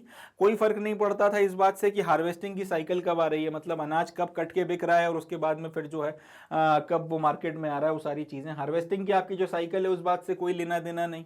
और बाकी आपका इसमें जो है किसी तरीके की कोई फ्लेक्सिबिलिटी नहीं थी, इसके चलते भी जो है डिफॉल्ट हो रहे थे। इसको भी थोड़ा समझते हैं। देखिए किसान ने अगर अभी लेट से अगर हम अभी की बात कर लेते हैं, अभी गेहूं लगाए हैं, सर्दियों का वक्त चल रहा है, अभी गेहूं वगैरह लगाए हैं, अब ये गेहूं जो है धीरे धीरे बड़े होंगे और गर्मियों आते आते पूरी की पूरी जो है फसल बनकर खड़ी हो जाएगी। सर्दियों में फिर किसान इस फसल को काटेगा, गेहूं वगैरह की फसल को काट के उसमें से फिर आपके जो दाने वगैरह होते हैं उनको निकालेगा, और उनको निकालने के बाद में फिर जो है उनको बोरों में भरेगा, साफ सफाई कर आके मार्केट में लाएगा, बेचेगा, और उसके बाद में फिर उसके हाथ में पैसा आएगा, फिर बाकी सारी चीज़ें की जाएंगी। अब ये तो खैर अब आपका गर्मियों की बात हो गई। अब गर्मियों के बाद में आपका मानसून आएगा। मानसून में आपका जो पैडी है या धान की खेती होती है या चावल वगैरह की बुआई होती है, तो चावल बो देगा। अब उसके बाद में 2-3-4 महीने में जो है उसकी फसल वगैरह पूरी बनेगी, उसके बाद में फिर उसकी कटाई होगी, उसके बाद में फिर उसकी साफ सफाई होगी, वो बोरों में भरा जाएगा, वो मार्केट में जाएगा, वो बिकेगा, और उसके बाद में फिर हाथ में पैसा आएगा। मतलब किसान के हाथ में आए दिन रोज रोज की आमदनी नहीं है, उसको फसल जब उसकी बिकती है उसके बाद में उसको जो है पूरा का पूरा पैसा जो भी मिलना है वो मिलता है। अब ये जो पूरी प्रक्रिया है आपका अनाज बोने से लेके काट कर मार्केट में बेचने तक और बेचने के बाद हाथ में पैसा आने तक, ये पूरी की पूरी चीज जो है कहलाती है हार्वेस्टिंग साइकिल। ठीक है जी। इस हार्वेस्टिंग साइकिल आप के एंड में जब एक पर्टिकुलर हार्वेस्टिंग साइकिल खत्म होगी उसके बाद में आपके हाथ में पैसा आएगा। अब कायदे से या वाजिब तौर पे अंग्रेजों को करना ये चाहिए था कि इस हिसाब से समझ के जो आपकी हार्वेस्टिंग साइकिल है उसके बेसिस पर उनको डिसाइड करना चाहिए था कि भाई टैक्स इससे इस वक्त के बीच में भरना, आपकी हार्वेस्टिंग साइकिल इस वक्त में खत्म हो जाती है और उसके बाद में इतने वक्त तक किसानों के हाथ में पैसा आ जाता है, तो आप इसके बाद में जो है हमें भरिएगा पैसा। इन्होंने इन सारी बातों को कंसिडर नहीं करके अपने मन मर्जी से एक सर्टेन टाइम पीरियड डिसाइड कर लिया और ये बोला कि भैया उसमें पैसे जो है आपको देना पड़ेंगे। अब ऐसा भी नहीं है कि जमींदार जो है फसल खड़ी हुई है अभी आपके किसान की, ना वो अभी कटी है ना वो बिकी और आप जमींदार पहुंच गया पैसा दे दो, तो किसान कहां से पैसा दे देगा? थोड़ा बहुत आदमी के अपने हाथ में घर खर्चे के लिए होता है, थोड़ा बहुत इमरजेंसी के लिए रखता है, मगर इतने बड़े लेवल पर, जितने बड़े लेवल पर फसल बिकने के बाद में पैसा आएगा उतने लेवल पर तो कोई किसान पैसा रखता नहीं था। तो फिर आखिर वो अल्टीमेटली पैसा कहां से दे देगा? नतीजा ये निकला कि अब किसानों ने पैसा देने से मना कर दिया, क्योंकि ऑब्वियस सी बात है ऐसी परिस्थिति में पैसे दिए नहीं जा सकते थे। और अगर किसानों के हाथ में पैसे नहीं आएंगे तो फिर अब जमींदारों के हाथ में पैसे नहीं आएंगे, जमींदारों के हाथ में पैसे नहीं आएंगे तो अल्टीमेटली फिर उनको डिफॉल्ट करना ही था। और वही हुआ, और अंग्रेजों ने भी कसम खा रखी थी कि तुमने आज डिफॉल्ट किया हम कल तुम्हारा घर बिकवा देंगे। तो इस चक्कर में फिर ये आपकी जो जमींदारियां हैं वो बिकना शुरू हो गई। तीसरा, जमींदारों की कहीं ना कहीं पावर ईस्ट इंडिया कंपनी ने खुद भी कम कर दी थी। जमींदारों ईस्ट इंडिया कंपनी ये तो चाहती थी कि जमींदारों को जो है अपने काम में लगाया जाए, अपने काम के लिए इस्तेमाल किया जाए, मगर वो जमींदारों को अपने अंदर सब्जुगेट करना चाहती थी, सबड्यू करना चाहती थी, वो उनको झुकाना चाहती थी। दूसरे शब्दों में उनको ये बताना चाहती थी कि यहाँ पर बॉस हम हैं, मालिक हम हैं और तुम सिर्फ हमारे नौकर हो, जो तुम्हें जमींदारों को, क्योंकि अब जैसे राजा बोला जाता था ईस्ट बंगाल या वेस्ट बंगाल के इलाकों में, तो ये इनको बेसिकली ये समझाना कि अब रजवाड़े वाले जो तुम्हारे राजाओं वाले दिन थे वो चले गए, अब तुम्हारी वो, भले तुम कहने के लिए भी राजा थे तो अपने आप को मगर लेटर एंड स्पिरिट में भी राजा मत मानना, तुम हमारे सर पे मुलाजिम हो, उससे ज्यादा कुछ नहीं। तो कहीं ना कहीं ईस्ट इंडिया कंपनी चाहती थी कि जमींदारों को सबड्यू किया जाए या सब्जुगेट किया जाए, ठीक है जी। उसके चलते इन्होंने जो एग्रीमेंट साइन कराया था इनसे परमानेंट सेटलमेंट का, उसमें कई सारी ऐसी चीजें डाली गई थी जिसके चलते जमींदारों की पावर कम हो गई। बहाना यह दिया गया था कि हम लोग ये चाहते हैं कि जमींदार जो है ईस्ट इंडिया कंपनी के बिहाफ पर किसानों के साथ में अमानवीय व्यवहार ना करे, उनके साथ में मानवीय व्यवहार करे, उनके साथ में मतलब जो है गलत सलत हरकतें ना करे, नहीं तो इससे हमारा नाम भी खराब होगा। ये बहाना दिया गया था, मगर कंपनी को कोई मतलब नहीं था कि किसानों के साथ में क्या हो रहा है क्या नहीं हो रहा। वो बेसिकली इस बहाने का इस्तेमाल कर उस एग्रीमेंट पे साइन करवा गई जमींदारों से, जिसने जमींदारों की पावर को कम किया। कैसे कम किया देख लेते हैं। देखिए, सबसे पहले तो जमींदारों को यह बोला गया कि तुम जो है किसानों के साथ में किसी भी तरीके की वायलेंस नहीं करोगे, ठीक है जी। किसानों के साथ में किसी भी तरीके की आपने वायलेंस नहीं करनी। दूसरा यह है कि आपके जो लठैत वगैरह होते हैं, आपके जो आर्म्ड मेंस होते हैं, जिनको जमींदार मेंटेन करता था अपना वर्चस्व बना के रखने के लिए अपनी जमींदारी में, तो मैं इनको डिसबैंड करना पड़ेगा। तीसरी चीज ये कि आपकी जो लोकल कचहरी चलती है, लोकल जो आपका जस्टिस वगैरह आप जहां से बैठकर देते हो, वो निगरानी में चलेगा आपके कलेक्टर वगैरह जो बैठाए गए थे वहां पे उसकी। तो कुल मिलाकर यहां से धीरे धीरे जमींदारों का वर्चस्व वगैरह कम करना और अपना जो कलेक्ट्रेट बनाया था उसमें जो कलेक्टर बैठाते थे उसके वर्चस्व को बढ़ाना जो था, वो ईस्ट इंडिया कंपनी का एक और मकसद था। तो इसके चलते ईस्ट इंडिया कंपनी ने जमींदारों से जब कॉन्ट्रैक्ट साइन किया परमानेंट सेटलमेंट का, तो उसमें एक तो इन्होंने इसकी जो पावर्स वगैरह हैं वो काफ़ी ज़्यादा कम कर दी। अब ना तो इनके हाथ में लॉ एंड ऑर्डर एनफोर्स करने की पावर थी, क्योंकि इनके लठैत वगैरह जो है सबको घर बैठा दिया, और दूसरा अब इनको ये भी आपका ये नहीं था कि अपनी मन मर्जी से आप कोई भी फैसला ले लोगे, आप जो भी कचहरी चलाओगे वो भी कलेक्टर के सुपरविजन वगैरह में चलेगी। तो आपकी जो मसल मैन थे उनको वीक कर दिया, इसकी जो आपका जो जस्टिस देने की पावर थी उसको कम कर दिया। बेसिकली इन सारी चीज़ों के चलते अब जब टैक्स कलेक्ट करने का टाइम आया तो कहीं ना कहीं देखिए शक्ति का प्रयोग या बल प्रयोग किया जाता था। एक सर्टेन अमाउंट तक जो है आपको अपना वर्चस्व रखने के लिए बल प्रयोग करना पड़ता था, या कम से कम उसका एक थ्रेट रखना पड़ता था कि भाई हम बल प्रयोग कर सकते हैं। अब वो चीज यहां पे हो नहीं सकती, क्योंकि आपने सारे लठैतों को या घर आपको या फिर उनका जो आर्म्ड आपका जो मिलिशिया था उसको घर बैठा दिया। तो एक तो ये दिक्कत, दूसरा ये कि अब आपका जो कचहरी वगैरह चल रही है इनकी, वो कलेक्टर की सुपरविजन में चल रही है, तो कहीं ना कहीं दिख रहा था कि जमींदार के सर के ऊपर भी कोई बैठा हुआ है। तो लोगों के दिमाग में जो जमींदार को लेकर एक छवि थी, अब वो धीरे धीरे गिरने लगी, और कहीं ना कहीं इसी के चलते इनका वर्चस्व भी कम होने लगा। नतीजा ये निकला कि लोग अब मुंह जबानी करने लगे, टैक्स वगैरह कलेक्शन के वक्त में दिक्कतें आने लगी और बहुत से इश्यूज बने, जिसका नतीजा फिर जो है जमींदारों ने अपनी अथॉरिटी या अपनी प्रेस्टीज के लॉस के रूप में चुकाया। बाकी उनकी जमींदारियां बिकी हो वो एक अलग बात है, ये एक बात है जिसके चलते फिर टैक्स कलेक्शन में दिक्कत हुई, और टैक्स कलेक्शन में दिक्कत के चलते फिर ये पैसा वगैरह नहीं जमा कर पाए। अगली चीज, many a times jotedars and peasants deliberately delayed the land revenue payment. This resulted in default by the zamindars and the auction thereafter.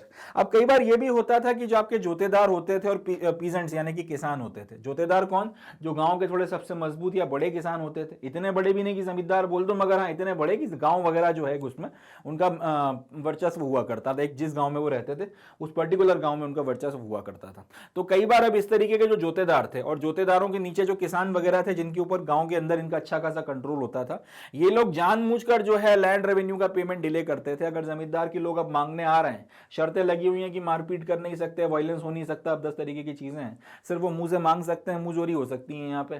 तो जब वो रेवेन्यू कलेक्शन के लिए आते थे तो जानबूझकर ये लोग डेलिबरेटली जो है पेमेंट वगैरह को डिले करते थे। अब इसके चलते फिर वही दिक्कत आ गई कि पैसे कलेक्ट नहीं हो पाए। इसके पीछे इनका लॉजिक ये था कि जोतेदार चाहते थे कि जमींदार जो है उसकी अथॉरिटी खत्म हो जाए, ताकि मैं जो हूं एक नए पावर सोर्स के तौर पर या पावर स्ट्रक्चर में मैं जो है उठकर ऊपर की तरफ में आऊं। हालांकि वो हो नहीं पाया उस लेवल तक जिस लेवल तक ये चाहते थे। काफी बाद में जो है इन्होंने अपने आप को जो है कंसोलिडेट किया था ग्रेट डिप्रेशन वगैरह के वक्त में, मगर ये हरकतें कर भी जमींदार को परेशान किया जाता था, टैक्स कलेक्शन होता नहीं था और वो डिफॉल्ट कर जाते थे। डिफॉल्ट करने के बाद में फिर जो है आपका जमीनें आपका कुर्क हो रही हैं, उनकी जमीनें जो है नीलाम हो रही हैं, सीज हो रही हैं, और उसके बाद में नीलामी वगैरह के बाद ऑक्शन के बाद में फिर कंपनी जो भी करना है कर रही है। इस तरीके से उनके घर वगैरह जो है बिकवा रही थी। तो ये जो है एक आपका पूरा का पूरा एक डिटेल जवाब बनकर तैयार होता है। अब इसमें कुछ पॉइंट्स वगैरह जो आपको हाईलाइट करने हैं, वो सबसे पहला तो ये कि ये वाला पॉइंट आपने हाईलाइट कर देना है कि soon after permanent settlement the food grains prices जो हैं वो डिक्लाइन कर गई। एक तो ये आप जो है इसको कर सकते हैं। दूसरा जो है आपका revenue was to be deposited on fix time irrespective of harvesting cycle, इसको आपने जो है हाईलाइट कर देना है। तो एक तो ये वाला पॉइंट हो गया, आपने परमानेंट सेटलमेंट के बाद में आपके फूड ग्रेन्स के प्राइसेस डिक्लाइन हो गए थे, इसको हाईलाइट कर दीजिए एक।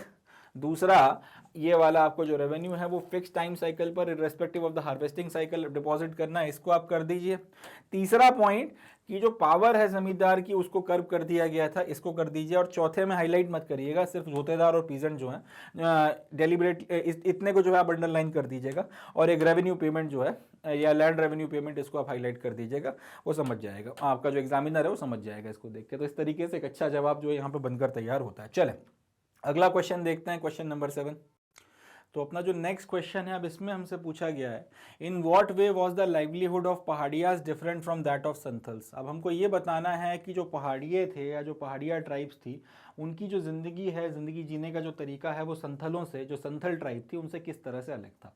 इसमें भी थोड़ा सा आपको कंटेक्स्ट दे देते हैं। आज की तारीख में झारखंड में एक इलाका पड़ता है जिसको बोलते हैं, जिसको बोला जाता है राजमहल हिल्स। अब जो हमारा चैप्टर है कोलोनियलिज्म एंड कंट्री साइड, इसमें हम लोगों ने ये पढ़ा है कि इस इलाके में सबसे पहले एक ट्राइब रहा करती थी जिस ट्राइब का नाम था पहाड़िया। बाद में फिर ईस्ट इंडिया कंपनी जब इस इलाके में पहुंची और उनको दिखा कि इस इलाके का अच्छा खासा एक्सप्लॉइटेशन किया जा सकता है, जंगल वगैरह काटे जा सकते हैं और रिसोर्सेज वगैरह यहाँ से काफ़ी सारे मिल सकते हैं, तो ये जो आपकी पहाड़िया ट्राइब थी जो हंटिंग एंड शिफ्टिंग आपका कल्टीवेशन पर जिंदा रहती थी और पूरे राजमहल हिल्स के जंगलों में एक से दूसरी जगह घुमा करती थी और पूरे जंगल को अपना घर मानती थी। ऑब्वियस सी बात है उनके साथ में ईस्ट इंडिया कंपनी के लड़ाई झगड़े होना वाजिब था, क्योंकि ईस्ट इंडिया कंपनी कायदे से अगर देखा जाए उनके पर्सपेक्टिव से तो उनके घर में घुस आई थी और उनका घर बर्बाद कर रही थी। तो इस पर्टिकुलर परिस्थिति में अब सोचा ये गया या ये दिमाग में ये लेकर आया गया, ये बात मतलब इस पर्टिकुलर चीज़ के ऊपर ईस्ट इंडिया कंपनी ने सोचा कि भाई संथल आपका ये जो पहाड़ियाँ हैं, पहाड़ियाँ तो हमारी बात मान नहीं रहे, ये तो मतलब ना पेड़ काटने को तैयार है और ना हमें काटने दे रहे हैं और ना हमको मतलब जो है यहाँ पे चैन से जो भी हम यहाँ पे एक्सप्लॉइटेशन करना चाहते हैं वो करने दे रहे हैं। तो फिर उन्होंने किया ये कि एक दूसरी ट्राइब को यहाँ पे बसाना शुरू किया जिसका नाम था संथल। अब संथल हर वो काम करने को तैयार थे जो पहाड़ियाँ करने को तैयार नहीं थे। नतीजा ये निकला, अब जब ये संथल यहाँ पे बड़ी मात्रा में आने लगे तो पहले तो पहाड़ियों के बीच में और संथलों के बीच में लड़ाई झगड़े हुए। खैर जब संथलों ने उनको कहीं ना कहीं ओवरवेल्म कर दिया, ओवरवेलमिंग मेजॉरिटी में जब वो बड़ी मात्रा में आ गए, तब संथलों ने कहीं ना कहीं उनको तो पहाड़ियों ने कहीं ना कहीं संथलों को जो है एकोमोडेट किया, वो और ज़्यादा गहरे या फिर आपके डीप जंगलों के अंदर चले गए और आपके जो संथल थे वो अंग्रेज़ों की बात मानते हुए राजमहल हिल्स की पेरीफेरी वगैरह के इलाके में बस गए। अब ये तो खैर आपका बैकग्राउंड है, बताना यह है कि क्या तरीके थे या क्या वजूहत थी जिसके चलते आपके जो पहाड़िए थे वो संथल से अलग थे, या फिर क्यों जो है संथल उन सारे कामों को करने को तैयार हो गए जिनके लिए पहाड़ियाँ नहीं मान रहे थे। तो इसका जवाब हम लोग इस तरह से देना शुरू करेंगे कि भाई पहाड़िये जो थे ये राजमहल हिल्स के जो फुट हिल्स थे, या राजमहल हिल्स की जो पर्वत श्रृंखला थी उसके फुट हिल्स में रहा करते थे। ये एक ऐसी जिंदगी जिया करते थे जो संथलों से ऑल टुगेदर डिफरेंट हुआ करती थी। इनके बारे में आज की तारीख में हमारे पास जो भी इंफॉर्मेशन वगैरह है उस टाइम पीरियड की, वो कहीं ना कहीं जो आपके बुकैनन ने रिपोर्ट तैयार करी थी, जो ईस्ट इंडिया कंपनी के लिए काम किया करता था, बेसिकली फिजिशियन था, मगर कहीं ना कहीं उसने सर्वेइंग का भी काम जो है ईस्ट इंडिया कंपनी के लिए काफ़ी ज़्यादा किया। और ईस्ट इंडिया कंपनी ने उसको राजमहल हिल्स में पूरा बोला था कि आप घूम कर आओ और उसकी रिपोर्ट बनाकर हमको दो। तो उसने जो रिपोर्ट बनाई थी और उसमें उसने जो जिक्र आपका पहाड़ियों के बारे में किया था, आज की तारीख में बड़ी मात्रा में हमको पहाड़ियों के बारे में उस वक्त में जो परिस्थितियां थी उसकी जानकारी इसी रिपोर्ट वगैरह से मिलती है। इसमें यह लिखा गया है कि पहाड़िये जो थे वो नोमैड्स थे, मतलब ये कि वो एक जगह पर सेटल होकर खेती नहीं करते थे एक ही जमीन पर, वो जंगल में एक से दूसरी जगह मूव करते रहते थे और शिफ्टिंग कल्टीवेशन करते थे। मगर इनका मूवमेंट बड़ा इंटरेस्टिंग है, ऐसा नहीं है कि वो एक जगह पे उन्होंने अपना काम किया उसके बाद बहुत दूर निकल गए, वो उसी आपका जो पूरा का पूरा राजमहल हिल्स का इलाका है वहीं पर वो एक से दूसरी जगह नोमैड्स की जिंदगी बिता रहे थे। पहली चीज तो एक तो ये कि वो नोमैड्स थे, वंडरिंग लाइफ जिया करते थे और साथ ही साथ शिफ्टिंग कल्टीवेशन करते थे। बट ये सारी की सारी चीजें कहां से कहां तक कन्फाइंड थी, ये आपका सिर्फ राजमहल हिल्स में कन्फाइंड थी। ये नहीं था कि आज वो अगर नागालैंड में है तो कल त्रिपुरा चले जाएंगे और परसों जो है आसाम में निकल जाएंगे। इतने दूर दूर के इलाकों तक वो नहीं जाया करते थे। जितना घूमना फिरना है, जितना आपका शिफ्टिंग कल्टीवेशन करना है, वो सिर्फ राजमहल हिल्स के अंदर किया जाता था। लेट्स से अगर राजमहल हिल्स इतना बड़ा है तो इस बार अगर यहाँ पर वो कर रहे हैं शिफ्टिंग कल्टीवेशन, तो अगली बार यहाँ पे कर लेंगे, इस बार फिर यहाँ पे कर लेंगे, फिर यहाँ पे कर लेंगे, यहाँ पे कर लेंगे। ये नहीं होगा कि इसको छोड़ के अगर यहाँ पे कहीं पर आपके पास में एक दूसरा कुछ इलाका है तो ये सब कुछ छोड़ के फिर वो यहाँ पर जाएंगे, ऐसा नहीं हो रहा था। जितना भी उनको कल्टीवेशन या बाकी सारी चीजें करनी थी या जो भी उनकी जिंदगी जीनी थी, वो राजमहल हिल्स की पेरीफेरी के अंदर ही जो है आपको करना था। तो एक तो ये एक बात रही कि ये बात हमको पता चलती है, पहाड़िये एक तो नोमैड्स थे और वो कैसी जिंदगी जिया करते थे, वेंडरिंग लाइफ जिया करते थे और साथ ही साथ शिफ्टिंग कल्टीवेशन करते थे, पहली बात। दूसरी बात, there another important source of livelihood of forest and animals. तो दूसरा जो आपका जो इंपॉर्टेंट सोर्स हुआ करता था लाइवलीहुड का, वो था आपका फॉरेस्ट और एनिमल्स। यानी कि एक तो ये शिफ्टिंग कल्टीवेशन वगैरह कर कर अपना काम चला रहे हैं, दूसरा ये कर रहे हैं कि आपका जो फॉरेस्ट है वहां पर आपको जो भी पहले से फॉरेस्ट प्रोड्यूस वगैरह मिल जाता है, जैसे आपके पेड़ पौधे हो गए या कंदमूल हो गए, इस तरीके की चीजों को खा पी के अपना गुजारा कर रहे थे। इसके अलावा जंगल में जो शिकार आपको मिलते हैं एनिमल्स वगैरह, उनके शिकार वगैरह की मदद से भी जो है इनकी जिंदगी वगैरह चल रही थी। तो कुल मिलाकर तीन चीजों पर इनका काम चलता था। एक तो शिफ्टिंग कर रहे थे ये एग्रीकल्चर की, शिफ्टिंग एग्रीकल्चर। दूसरा फॉरेस्ट प्रोड्यूस,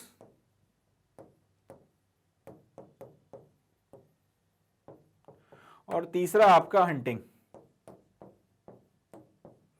और सारा का सारा काम कहां पे चल रहा है, ये सारा का सारा काम चल रहा है आपका, सारा का सारा आपका काम चल रहा है राजमहल हिल्स के अंदर। चले, इसके अलावा वही बात यहाँ पे लिखी हुई कि महुआ वगैरह जो है काफी बड़ी मात्रा में इनको जंगलों से मिल जाता था, उस महुए की मदद से अपना काम चलाते थे। अब इसके अलावा दिक्कत ये थी कि पहाड़िये अपने इलाकों में से तो किसी को आसानी से गुजरने नहीं देते थे, और अगर कोई ट्रैवलर वगैरह राजमहल हिल्स के थ्रू होते हुए एक सिरे से दूसरे सिरे से निकल कर जाना भी चाहता था तो पहाड़िये उस पर कुछ टैक्स वगैरह लगाया करते थे। अगर टैक्स पे कर दिया तो प्रोटेक्शन देते थे, अगर टैक्स वगैरह आपने पे नहीं किया तो फिर आपको जाने नहीं दिया जाता था। इस तरीके की व्यवस्था थी। कुल मिलाकर बाहर से आने वाले जितने भी आपके आउटसाइडर हुआ करते थे उनको शक की नजर से या सस्पिशन की नजर से देखा जाता था। जनरल सेंस में बात की जाए, अगर आपने अपना टोल टैक्स वगैरह दे दिया तब तो जाने देंगे और बाकायदा प्रोटेक्शन भी देते थे, मगर अगर आपने टैक्स वगैरह नहीं पे किया तो पहाड़िये आपको लेके बड़े हॉस्टाइल हुआ करते थे, आपके प्रति हॉस्टिलिटी रखा करते थे। ठीक है जी। तो ये जो है आपकी पहाड़ियों की कहानी है। अब बुकैनन के ही अकाउंट्स वगैरह से अपने को पता चलता है कि इसके बाद में अंग्रेज जब पहाड़िये नहीं माने, पहाड़ियों के साथ में लड़ाई झगड़े हो गए उनके, और अंग्रेजों को समझ में आ गया कि ये लोग हमारे हिसाब से नहीं चलने वाले, तो उसके बाद में अंग्रेजों ने संथलों को बसाना शुरू किया। अब ये जो संथलों की ट्राइब थी ये बहुत हद तक जो है पहाड़ियों से अलग थी। काफी बड़े लेवल पर संथल आपको दिखते हैं कि पहाड़ियों से अलग है। पहला तो ये कि संथल जो है वो भी एक से दूसरी जगह वंडर करते थे, एक से दूसरी जगह जो है मूव किया करते थे, मगर इनका जो वंडरिंग थी वो आपके पहाड़ियों की वंडरिंग से अलग थी। पहाड़ियों की वंडरिंग सिर्फ राजमहल हिल्स के अंदर है, संथल तो एक स्टेट से दूसरे स्टेट तक जो है मूव कर जा रहे थे। इतना लंबा लंबा जो है वो एक से दूसरी जगह वंडरिंग करा करते थे। दूसरा ये कि वो एग्रीकल्चर एग्रीकल्चर को एक्सेप्ट करने के लिए तैयार हो गए। उन्होंने अपना ये जो नोमैडिक लाइफस्टाइल थी उसको गिव अप कर दिया। पहाड़िए जो थे वो मानने को तैयार नहीं थे कि अपनी जो नोमैडिक लाइफस्टाइल है उसको हम लोग गिव अप करके आपकी तरह से जैसा आप चाहते हो उस तरह से सेटल्ड एग्रीकल्चर करें। तो उस पर लड़ाई झगड़े हो रहे थे। संतों ने पहली फुर्सत में इस बात को मान लिया कि ठीक है, आप चाहते हो हम सेटल्ड एग्रीकल्चर करें, हम बिल्कुल करेंगे, जमीन दे दो, हम बैठ या फिर हमको बता दो कहां पे हमको जमीन बनानी है, हम पेड़ काट वाट के वहां पे अपने खेत बना लेंगे और उस हिसाब से जो हम लोग यहाँ पे खेती वगैरह करेंगे। तो एक तो संथल जो है उन्होंने बहुत जल्दी एग्रीकल्चर वगैरह को एक्सेप्ट कर लिया। दूसरा ये कि अपनी नोमैडिक लाइफस्टाइल को देकर वो गिव अप कर वो सेटल्ड लाइफस्टाइल जो है जीने लगे। उन्होंने सेटल्ड लाइफस्टाइल वगैरह जो है उसको अपना लिया। इसके अलावा बाहर वाले लोग जो थे, ईस्ट इंडिया कंपनी हो गई, जमींदार हो गए, बाकी सब लोगों के साथ इनके शुरुआत में कम से कम अगर देखा जाए तो ज्यादा अच्छे रिलेशनशिप्स थे। ये उनको आने देते थे, जो भी एक्सप्लॉइटेशन राजमहल हिल्स का वो कर रहे थे उनको वो करने देते थे, उसमें जनरली दखल अंदाजी नहीं किया करते थे। हालांकि बाद में इनकी भी सब्र की एक सीमा हो गई और उन्होंने उठा के रिवोल्ट कर दिया था। संथलों का एक पूरा का पूरा फेमस संथल रिवोल्ट है, वो सब ठीक है, मगर पॉइंट ये है कहने का कि हाँ भाई ये चीज हुई है, ये चीज हो गई। ये आपका इन्होंने शुरू में जो है इस पर्टिकुलर चीज को किया था, इस पर्टिकुलर चीज को माना था। अब कि हाँ हम आपको जो है अपना पूरा का पूरा एक्सप्लॉइटेशन वगैरह करने देंगे, राजमहल हिल्स में जो आप करना चाहो आप कर सकते हो। इसके अलावा 2-3 पॉइंट और आप चाहो तो ऐड कर सकते हो इसी में कि कुल मिला के संथल जो है वो आपका फावड़े को या फिर प्लो जो हुआ करता है आपका उसको छूना भी नहीं चाहते थे, क्योंकि जंगल को अपना घर मानते थे, पेड़ काटना पाप था। तो आपके पहाड़िए जो थे उनके लिए फावड़े को हाथ लगाना भी पाप था, और ये लोग जो हैं बाकायदा उस चीज़ का इस्तेमाल किया करते थे। लकड़ियाँ काटने को तैयार थे और बाकायदा आपका शिफ्टिंग एग्रीकल्चर करने को तैयार थे, वो सारी चीज़ें हैं। और इसके अलावा आपका पहाड़ियों का कहीं ना कहीं मोर और लेस खुद का जो है अपना काम चल जाया करता था, बाहर से उनको कुछ ज़्यादा लेने की ज़रूरत नहीं पड़ती थी। संथलों ने मगर काफ़ी बड़े लेवल पर जो है टैक्स वगैरह आपका कर्जे वगैरह भी लिए साहूकारों से, और बहुत दिक्कतें उसके चलते भी हो गई। साहूकारों के लिए बाकायदा एक शब्द इस्तेमाल होता था, अगर आप ये मेंशन कर देंगे तो और अच्छा रहेगा। ये शब्द पढ़कर एग्जामिनर समझ जाएगा कि आपको पता है, दिकूस ये कि या दिक्कूस, ये जो शब्द अगर उसने पढ़ा तो वो समझ जाएगा कि आप डिटेल में अच्छे से पढ़ लिख कर आए हो, और इस तरह से आपको और एडवांटेज में रहोगे, अच्छे मार्क्स वगैरह मिल जाएंगे। तो इस तरीके से आपका जो है क्वेश्चन नंबर 7 है वो खत्म होता है। अगला क्वेश्चन जो है क्वेश्चन नंबर 8, अब उसके बारे में बातचीत करते हैं। तो अगला जो क्वेश्चन है उसमें पूछा गया है, how did the American civil war affect the lives of ryots in India. यानी कि जो अमेरिका में सिविल वॉर हुआ था उसके चलते भारत में किसानों की जिंदगी के ऊपर किस तरीके का प्रभाव पड़ा, अभी हमको बताना है। तो हम जानते हैं कि जब अमेरिका में सिविल वॉर हुआ था तो उसके चलते कहीं ना कहीं हमारे देश में कुछ वक्त के लिए कॉटन बूम आ गया, बड़े लेवल पर जो है कॉटन लगाया गया, बड़े लेवल पर कॉटन जो है उसका उत्पादन हुआ ताकि उसको ब्रिटेन वगैरह को एक्सपोर्ट किया जा सके। महाराष्ट्र में जो दक्कन का इलाका है जहां पर आज भी बड़े लेवल पर कॉटन की खेती होती है, कहीं ना कहीं वो इस टाइम पीरियड में शुरू हुई थी, बड़े लेवल पर जो है कॉटन वगैरह यहाँ पे लगाया जाने लगा ताकि उसको एक्सपोर्ट कर ब्रिटेन से माल बनाया जा सके, क्योंकि ब्रिटेन उसके पहले अपना बड़े लेवल पर कॉटन अमेरिका से एक्सपोर्ट करता था। सिविल वॉर होने के बाद में वहां से कॉटन जो है बहुत कम मात्रा में आने लगा या ऑलमोस्ट बंद हो गया। तो नतीजतन ये हुआ या नतीजे में ये हुआ कि इन्होंने इंडिया में जो है कॉटन का प्रोडक्शन बढ़ाया। तो कुछ वक्त के लिए कॉटन बूम आ गया, बाद में सिविल वॉर खत्म हुआ तो फिर जो अच्छे दिन आए थे वो बुरे दिनों में कन्वर्ट हो गए, काफी नुकसान हुआ, डेक्कन में रायट हो गए, बहुत तमाशा हुआ था। वो सारी की सारी चीजें मोर और लेस अमेरिकन सिविल वॉर से जुड़ी हुई हैं, तो थोड़ा सा उसके बारे में अब अपने को यहाँ पे लिखना है। तो अमेरिकन सिविल वॉर जो है उसने कुल मिला के हम ये कह सकते हैं कि पॉजिटिव वे में, शुरुआत में अच्छे सेंस में और बाद में नेगेटिव वे में, दोनों तरीकों से जो है हमारे देश में किसानों की या रायोट्स वगैरह जो थे उनकी जिंदगी पर असर डाला था। कैसे देखते हैं, तो अमेरिकन सिविल वॉर जो है उसने आपका हिंदुस्तान में रायोट्स की जिंदगी पर इन तरीकों से असर डाला था। सबसे पहले तो जब शुरुआत में अमेरिकन सिविल वॉर हुआ तो अमेरिका से जो कॉटन का इंपोर्ट हुआ करता था वो गिर गया। कितना गिर गया?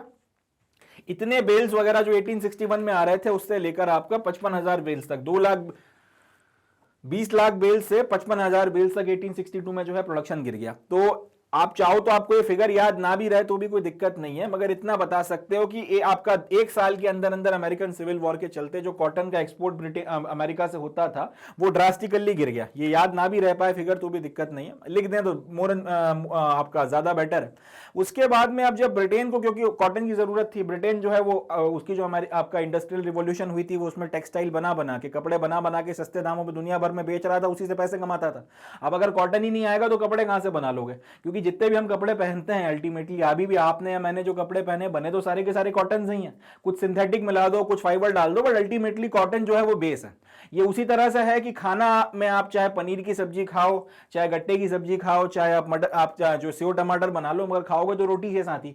तो रोटी बेस है, उसके बिना काम नहीं चल सकता। एग्जैक्टली उसी तरीके से कपड़े बनाने के लिए बेस तो आपका कॉटन है, उसके बिना आप कुछ कर ही नहीं सकते।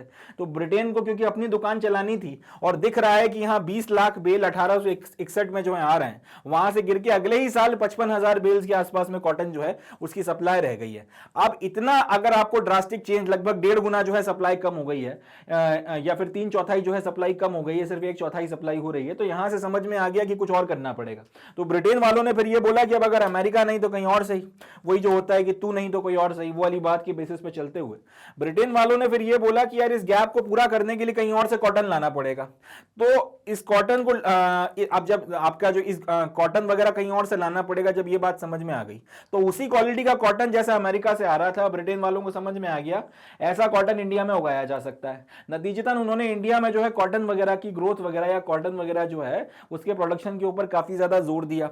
बॉम्बे के जो एक्सपोर्ट मर्चेंट्स वगैरह थे उन्होंने भी इस अपॉर्चुनिटी का इस्तेमाल किया और उनका दिमाग में आया कि जमकर पैसा यहां से कमाया जा सकता है, तो उन्होंने भी जो है इसमें फिर बड़े लेवल पर आपका इन्वेस्टमेंट किया। सबसे पहले तो आपके अर्बन साहूकार्स वगैरह जो हुआ करते थे, जो मनी लेंडर्स हुआ करते थे, और ये जो आपके मर्चेंट्स, आपके जो ये एक्सपोर्ट के मर्चेंट्स हैं, इन सब लोगों ने मिलकर जो है अपने किसान वगैरह जो हैं उनको खूब जमकर पैसा दिया। बोला कि जितना पैसा चाहिए ले जाओ, मगर कॉटन की खेती करो। तो बड़े लेवल पर जो है अब इन्होंने पैसा वगैरह देके कॉटन की खेती का प्रोत्साहन करवाया। नतीजा ये निकला, बहुत बड़े लेवल पर कॉटन का बूम आ गया। भर भरकर जो है दक्कन के इलाकों में कॉटन वगैरह का प्रोडक्शन शुरू हुआ। अब हुआ ये मतलब अच्छे दिन जो आ गए या फिर जो पॉजिटिव वे में जो इंपैक्ट किया गया वो ये था कि हर एक एकड़ में जो आप कॉटन लगा रहे थे उस वक्त, उस जमाने में उसके लिए 100 रुपए आपको दिए जाते थे, जो बहुत बड़ी अमाउंट हुआ करती थी। और यहां से जब कॉटन का एक्सपोर्ट वगैरह इसके बाद फिर किसानों ने क्या ठीक ठाक कमाया भी यहाँ पे, मगर ड्रास्टिकली जो अंटशंट रूप से पैसा कमाया गया, जो हाथ में हिंदुस्तानियों के बहुत प्रॉपर्टी वगैरह बनी बाद में, उसके चलते जो खूब पैसा आना शुरू हुआ, उसके पीछे की एक बड़ी वजह ये थी कि अब जो ये कॉटन उगाया जा रहा था, किसानों से कॉटन खरीद कर आपके एक्सपोर्ट मर्चेंट जो है बड़े लेवल पर जो है बेचा करते थे। तो उनके तो खैर दिन बड़े अच्छे हो गए, उनके दिन एकदम ही फिर गए। मगर ये भी नहीं है कि इसके चलते किसानों की जिंदगी एकदम 360 बदल गई। जब तक हाथ में पैसा आ रहा है ठीक है, हैंड टू माउथ लाइफ अच्छी चल रही है, मगर सबको प्रॉस्पेरिटी मिल गई हो ऐसा भी नहीं हुआ था।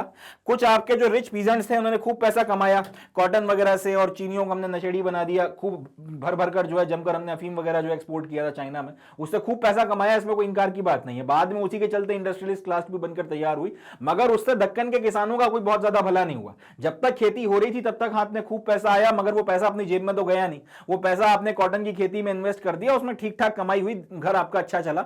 मगर जैसे ही उसके बाद में अमेरिकन सिविल वॉर खत्म हुआ तो उनके नुकसान हो गया। इस बीच में जो सबसे ज्यादा प्रॉफिट मारा है वो मारा है आपके साहूकारों ने, और दूसरा आपके जो एक्सपोर्ट मर्चेंट हुआ करते थे उन्होंने। अब ऐसा नहीं है कि इसमें कुछ गलत बात थी, वो ओवरऑल देखा जाए तो फेयर प्ले कहा जा सकता है काफी हद तक। बट इसका ये पॉइंट है, कहने का ये मतलब बनता है कि सब लोगों के दिन नहीं फरे, सब लोगों ने जो है जमकर इसमें पैसा वगैरह नहीं कमाया। सबके जो है जिंदगी में इस कॉटन बूम से, जो भर भर कर एक्सपोर्ट ब्रिटेन में कॉटन का किया गया था, उसके चलते प्रोस्पेरिटी नहीं आई। याद रखिएगा इस बात को। कुछ रिच पीजेंट्स वगैरह जो हैं और जो थे उन्होंने खूब पैसा कमाया, मगर जो मेजॉरिटी आपका कॉटन प्रोड्यूसिंग कर रही थी यानी कि आपके किसान, वो कहीं ना कहीं जब कॉटन बूम खत्म हुआ तो अपने आप को वो पाते हैं कि वो एक बहुत हैवियर डेब्ट के नीचे दबे हुए हैं, वो काफी बड़े कर्जे के नीचे दबे हुए हैं। जैसे ही सिविल वॉर खत्म हुआ, अमेरिका वालों ने जो है फिर से आपका कॉटन सप्लाई करना शुरू कर दिया और थोड़ा कम दामों पर देने लगे होंगे कंपटीशन वगैरह में एज बनाने के लिए। जो भी रहा हो, हिंदुस्तान से फिर कॉटन वगैरह का जो आपका जो पर्टिकुलरली जो एक्सपोर्ट हो रहा था वो पूरी तरह से खत्म गिर गया जब आपका अमेरिका से कॉटन प्रोडक्शन जो है रिवाइवल शुरू, अमेरिकन सिविल वॉर खत्म होने के बाद कॉटन का जो आपका एक्सपोर्ट है उसका रिवाइवल शुरू हो गया। तो नतीजा ये निकला कि इंडियन एक्सपोर्ट जो है डिक्लाइन कर गए, और अब साहूकार और जो आपके बाकी लोग थे जो भर भर के पैसा दे रहे थे, उन्होंने और ज्यादा फर्दर लोन देने से मना कर दिया। प्लस वो अपने लॉन्ग टर्म लोन्स वगैरह के ऊपर चाहते थे कि जल्दी से जल्दी उसको चुका दिया जाए। कॉटन की डिमांड कम हो गई और तो इसके चलते कॉटन का जो प्राइस है वो भी गिर गया। मगर जो प्रोडक्शन आपका बड़े लेवल पर हो रहा था, किसान उसको लेकर कहां जाए। पहले वो चीज अगर वो सोच रहा था कि 100 रुपए में बेच देगा, उसको 10 रुपए नहीं मिल रहा है, तो उसकी तो हालत खराब हो गई है, वो क्या करे। ऐसी परिस्थिति में जो है आपके किसान बुरी तरीके से हिट हुए थे, और ये जो है आपका नेगेटिव इंपैक्ट कहा जा सकता है। इसी वक्त में अब हुआ ये कि आपका इसी वक्त में आपका एक नया जो है रेवेन्यू सेटलमेंट की व्यवस्था लाई गई। दक्कन के इलाके में जो आपका सेटलमेंट वगैरह था उसका टाइम पीरियड खत्म हो गया था रेवेन्यू सेटलमेंट का, और एक नई रेवेन्यू सेटलमेंट की व्यवस्था लाई गई जिसमें यह बोला गया कि भाई हम लोग रेवेन्यू की जो डिमांड है वो 50 से 100% तक बढ़ा रहे हैं।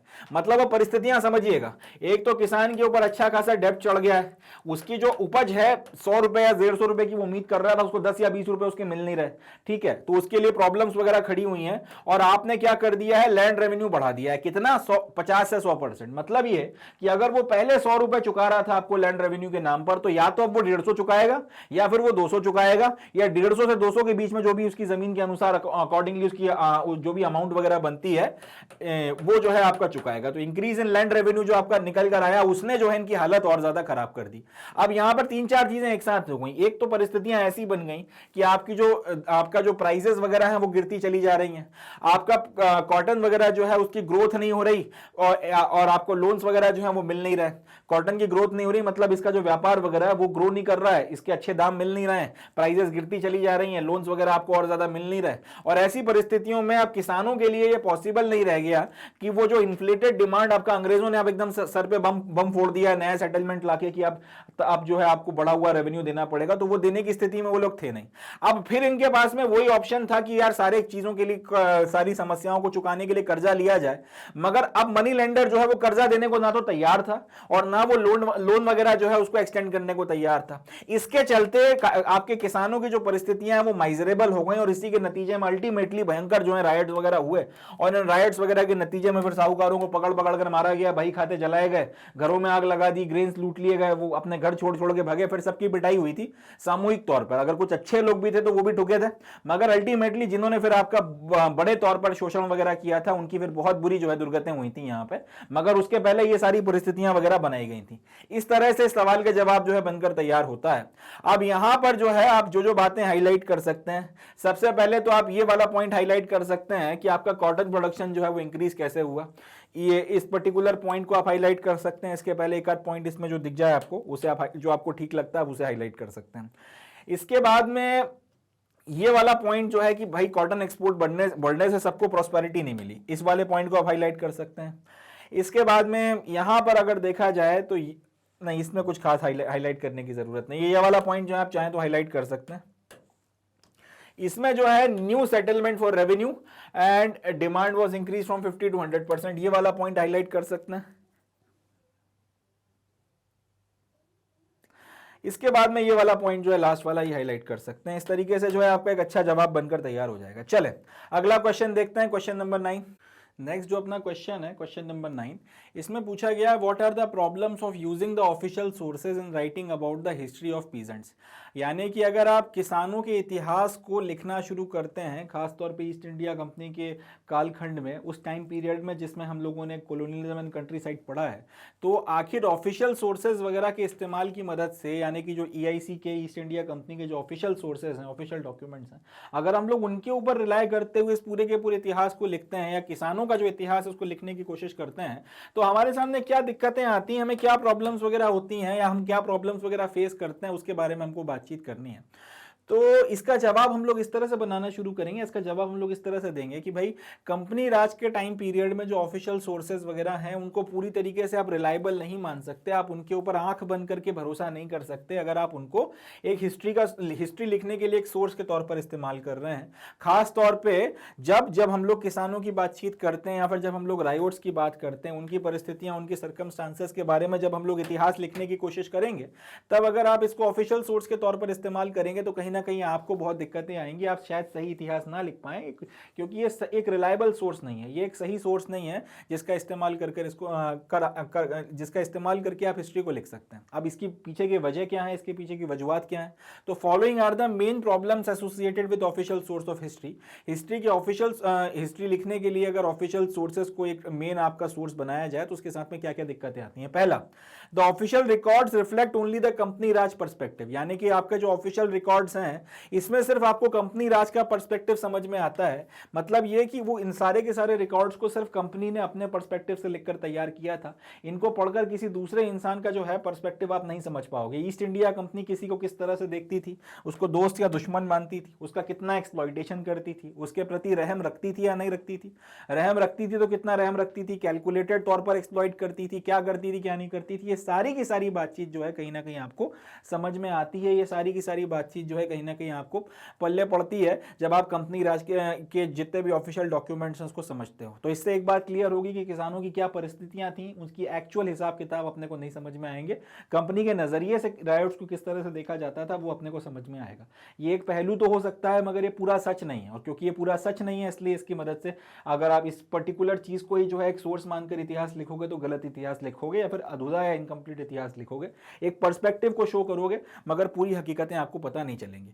दूसरा ये कि लगभग हर चीज को जो है एक अलग एंगल से देखा करते थे। इसको इनके पास जो है हर चीज को देखने की सिर्फ एक ही पैमाना हुआ करता था कि हमारा क्या प्रॉफिट हो रहा है, पहली चीज तो ये। दूसरा ये है कि हमारा जो है आपका क्या नुकसान हो रहा है, ठीक है। तीसरा ये कि हमें इसमें से क्या एडवांटेज मिल सकता है। चौथा ये कि हम अपना रेवेन्यू का कलेक्शन कैसे बढ़ा सकते हैं, हमारा जो है आपका कमाई कैसे बढ़ सकती है ये। और इसके अलावा इसी तरीके की चीजें कि कोई हमारे लिए थ्रेट है कि नहीं है। अगर कोई चीज हमारे लिए थ्रेट है तो फिर हमें एक्शन लेना है, अगर थ्रेट नहीं है तो फिर भाड़ में जाए वो चीज और भाड़ में जाए उसका कंसिक्वेंस हिंदुस्तान के लोगों पर हमें कोई मतलब नहीं। इस तरीके की जो चीजें वगैरह हैं ये सब अपने को समझ में आती हैं। ये सारी बातें कैसे, ये सारी बातें जो हैं ये इस पर्टिकुलर एंगल से, इस पर्सपेक्टिव से देखने को मिलती हैं जिस पर्सपेक्टिव से चीजों को ईस्ट इंडिया कंपनी देखा करती थी। तो फिर यहाँ पे हिंदुस्तानियों का पर्सपेक्टिव या एक्चुअल परिस्थितियां क्या थी उसके बारे में ज्यादा हमें अंदाजा नहीं लगता।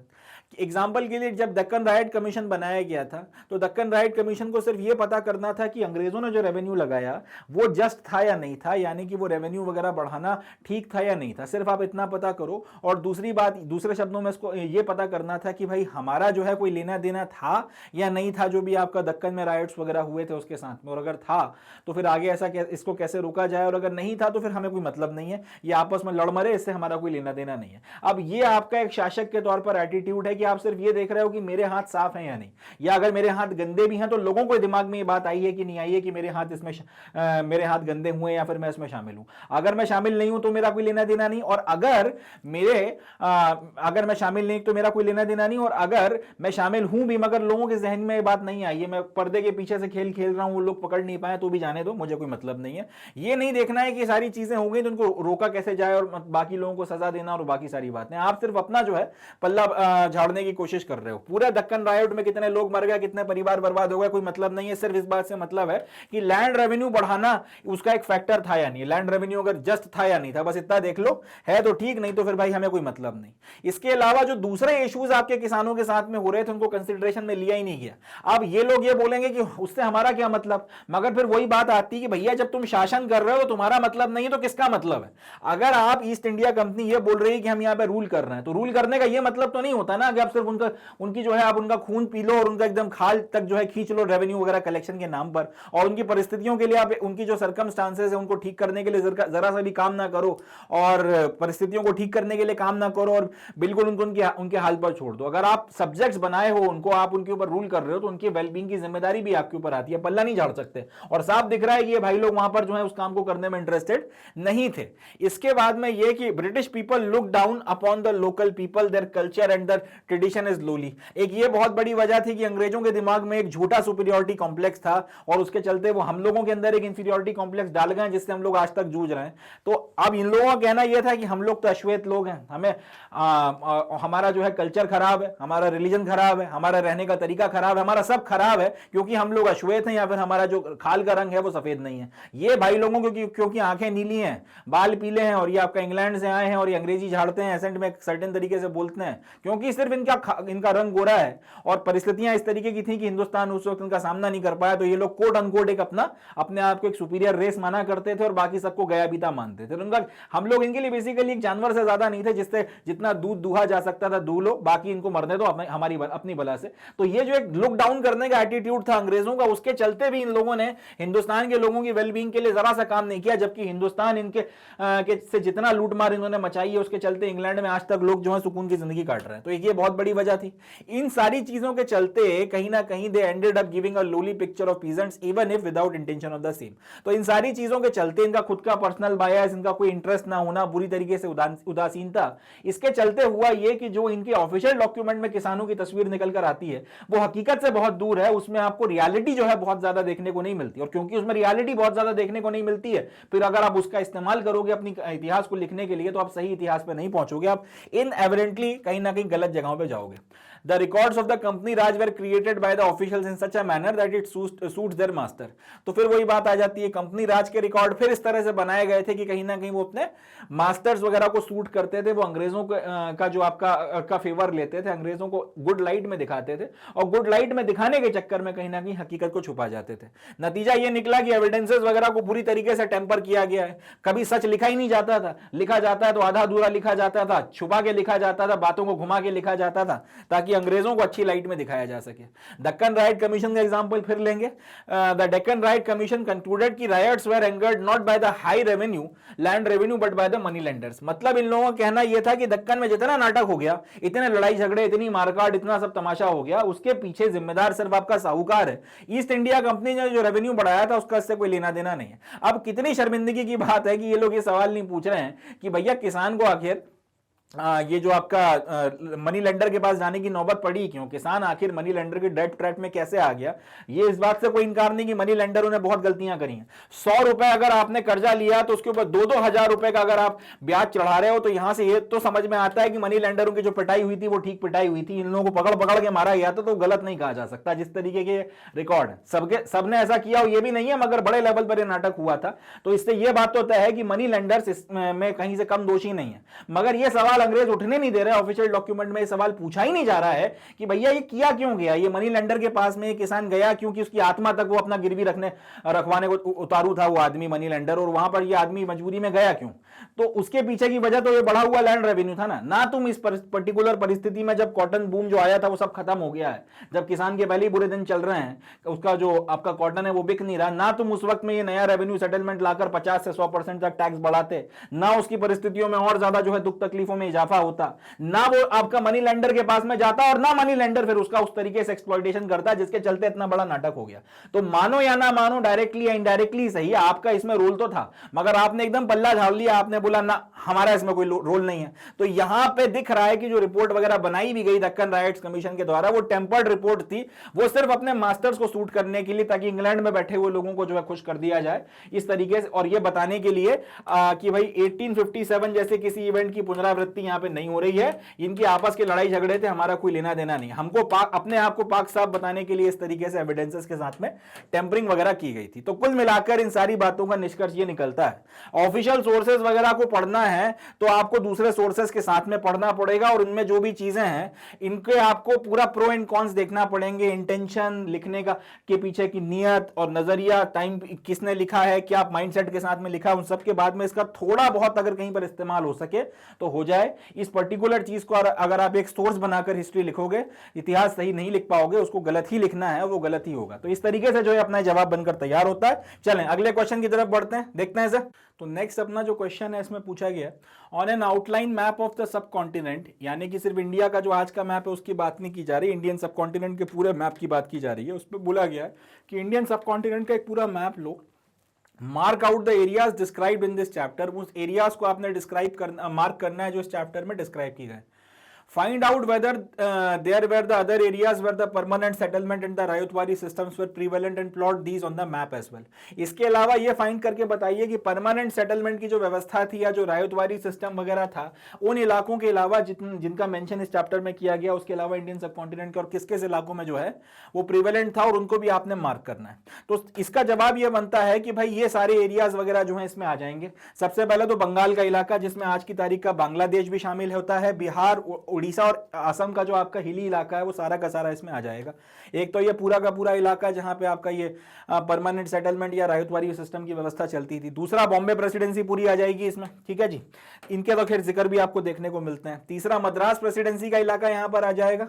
उसके बाद में ब्रिटिशर्स ने जो है महलवारी सिस्टम आपके पंजाब के ईस्टर्न इलाकों में, जो आज का अपना पंजाब बचा हुआ है, उसमें जो है इंट्रोड्यूस किया था। सूरत का इलाका जो है वहां पर किया था, और राजमहल हिल्स का जो इलाका है जो पहाड़ियों ने और संथलों ने ऑक्यूपाई किया था, वहां पर भी जो है इस सिस्टम वगैरह को लागू किया गया था। कुल मिलाकर ये 6 जगह हैं जिनको अपने को प्लॉट करना है। तो सबसे पहले तो आपका ये जो बंगाल का पूरा इलाका है इसको आप प्लॉट कर सकते हैं। दूसरा आपका ये जो दक्कन का इलाका है बॉम्बे प्रेसिडेंसी का, इसको प्लॉट किया जा सकता है। तीसरा सूरत आ गया यहाँ पे, ईस्ट पंजाब आ गया यहाँ पे, और वही यहाँ झारखंड वगैरह का जो आपका जो पोर्शन वगैरह है वो सारा का सारा यहाँ पर आ जाएगा। इस तरीके से ये 4-5 जगह जो है हम लोग इंडियन सब कॉन्टिनेंट के मैप के ऊपर प्लॉट कर सकते हैं। बाकी इनको यहाँ पे कलर भी किया गया है।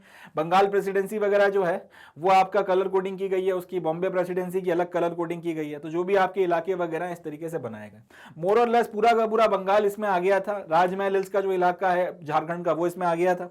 बॉम्बे प्रेसिडेंसी जो दक्कन का इलाका है वो इसमें आ गया था।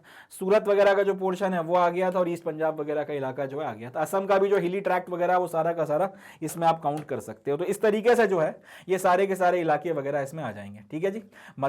एक मद्रास प्रेसिडेंसी जो है वो नीचे के पोर्शन में, ये जो सारा का सारा इलाका है मद्रास प्रेसिडेंसी में आ जाएगा। इस तरीके से ये मैप के ऊपर आप सारा का सारा प्लॉट कर सकते हो, और इसी के साथ में अपना ये वाला क्वेश्चन भी जो है खत्म हो जाएगा। चलें आगे बढ़ते हैं। So with this we come to end of today's session. इसी के साथ में अपना ये जो पर्टिकुलर सेशन है ये भी समाप्त होता है, एंड अपना जो ये चैप्टर है कोलोनियलिज्म इन कंट्री साइड, इसके एनसीईआरटी सॉल्यूशंस भी जो है खत्म होते हैं। तो सेशन यहीं पर समाप्त करते हैं। हालांकि एंड करने के पहले आपको एक बात बतानी है। जैसे कि सेशन की शुरुआत में मैंने आपको बताया था कि मैग्नेट ब्रेन्स पर सारा क्वालिटी एजुकेशनल कंटेंट आपको exclusively 100% free of cost available कराया जाता है। यहाँ पर ये सारा जो क्वालिटी एजुकेशनल कंटेंट है, सीबीएसई इंग्लिश मीडियम का कंटेंट हो या सीबीएसई के हिंदी मीडियम का कंटेंट हो, UP board, Bihar board, common university entrance test, olympiad, NTSC, spoken English, ये सारा का सारा जो हाई क्वालिटी एजुकेशनल कंटेंट है ये आपको एक्सक्लूसिवली यहाँ पर फ्री ऑफ कॉस्ट प्रोवाइड कराया जाता है। तो अगला सवाल आपके दिमाग में आएगा कि इस कंटेंट को अगर हम लोग एक्सेस करें तो कैसे करें। तो इसका जवाब यह है, इसको एक्सेस करने के 3 तरीके हैं। एक तो आप ये सारा का सारा कंटेंट हमारे यूट्यूब के चैनल पर देख सकते हैं। सारी की सारी प्लेलिस्ट वहाँ पर डली हैं, जो भी सब्जेक्ट है वो उसके आगे उसके नाम के आगे मैग्नेट ब्रेन्स टाइप करें, सब कुछ आपके सामने आ जाएगा, या चैनल पर विजिट करें, वहाँ सारी प्लेलिस्ट आपको मिल जाएंगी। दूसरा, आप ये सारा का सारा कंटेंट मैग्नेट ब्रेन्स की वेबसाइट पर जाकर भी देख सकते हैं। वहाँ पे और ऑर्डर्ड फैशन में अरेंज्ड है, आपको और ढूंढने में दिक्कत नहीं आएगी, आराम से सहूलियत से आपको मिल जाएगा। तीसरा तरीका, जो शायद सबसे अच्छा तरीका है, आप मैग्नेट ब्रेन्स का ऐप डाउनलोड कर लें और उसके ऊपर ये सारा का सारा कंटेंट एक्सेस कर सकते हैं। वहां पर आप ये सारा का सारा कंटेंट देख सकते हैं। ये तो इनमें से जो भी तरीका आप यूज करना चाहें यूज कर इस कंटेंट को एक्सेस कर सकते हैं। ये आपके मोबाइल फोन पर भी चल जाएगा, या आपके टैबलेट पर भी चल जाएगा, या आपके पीसी पर भी चल जाएगा। हर एक जगह पर यह चल जाएगा, सारी जगहों पर ये कंपैटिबल है। तो इसका जितना हो सके इतना फायदा उठाएं। इसके अलावा हम इस बात को भी समझते हैं कि आपको अपने एग्जामिनेशन की प्रिपरेशन के लिए नोट्स की ज़रूरत पड़ेगी, क्योंकि वीडियो आप 1 बार 2 बार 3 बार देख सकते हो, उससे ज़्यादा वीडियो को नहीं देख पाओगे, तो आपको नोट्स वगैरह की भी ज़रूरत पड़ेगी। तो नोट्स की आपकी रिक्वायरमेंट्स को पूरा करने के लिए जो सारा कंटेंट आपको पढ़ाया जाता है वो हार्ड कॉपी बुक्स और ई बुक्स के फॉर्म में भी आपको अवेलेबल करवाया जाता है। आप चाहें तो उसकी हार्ड कॉपी किताबें भी ले सकते हैं, आप चाहें तो उसकी ई बुक्स भी खरीद सकते हैं। इनके भी लिंक्स वगैरह जो हैं आपको डिस्क्रिप्शन में दिए गए हैं, तो वहाँ से आप जाकर इनको भी एक्सेस कर सकते हैं। बिसाइड दिस, इसके अलावा अगर आप लोगों के मन में कोई और डाउट है, कोई और शंका है, कोई और नई डिमांड है, आप कुछ बात हमसे शेयर करना चाहते हैं, हमसे जुड़ना चाहते हैं, तो उसके लिए in various social media platforms का इस्तेमाल कर आप हमारे से कनेक्ट कर सकते हैं, और हम जो भी आप बात हमें बताएंगे, we will be reverting back to you as soon as we can. जितना जल्दी हो सके हम उसका जवाब देंगे, और आपका जो भी फिर डिमांड होगी, जो भी बात होगी, उसका जल्दी से जल्दी निपटारण किया जाएगा। सो जितना हो सके इस पर्टिकुलर वेंचर का फ़ायदा उठाइए, जितना हो सके इस वेंचर से अपने आप को बेनिफिट दीजिए। इसके अलावा दूसरे अगर आपके जानने पहचानने वाले लोग हैं, कोई हैं जिनको आपको लगता है कि मैग्नेट ब्रेन्स की ज़रूरत है मगर वो इसके बारे में जानते नहीं हैं, उन तक भी मैग्नेट ब्रेन्स के इस वेंचर के बारे में का संदेश लेकर जाइए। मैग्नेट ब्रेन्स ने जो ये प्रतिबद्धता अपनी दिखाई है कि हम quality educational content, high quality educational content Hindustan के हर बच्चे तक लेकर जाना चाहते हैं exclusively free of cost. In fact दुनिया के हर बच्चे तक लेकर जाना चाहते हैं एक्सक्लूसिवली फ्री ऑफ कॉस्ट। इस पर्टिकुलर मुहिम को, इस अलग को आगे बढ़ाने में आप भी जो है हमारा योगदान करें, मैग्नेट ब्रेन्स के एम्बेसडर बने, अपना भी भला करें, दूसरों का भी भला करें, और जितना हो सके अपना प्लस दूसरों का ज्ञान के साथ में एम्पावरमेंट करते चलें, क्योंकि नॉलेज से बड़ा कोई हथियार नहीं होता, ज्ञान से बड़ा कोई एम्पावरमेंट नहीं है। Knowledgeable person is the most empowered person. जितना हो सके अपना एम्पावरमेंट करें, सफलता और तरक्की के रास्ते पर आगे चलते रहें, मेहनत करते रहें, खुश रहें, हंसते मुस्कुराते रहें, एंड मोस्ट इंपॉर्टेंटली जुड़े रहें मैग्नेट ब्रेन्स के साथ। इसी नोट पे calling it the day and concluding the session, मिलते हैं नेक्स्ट सेशन में। थैंक यू, जय हिंद।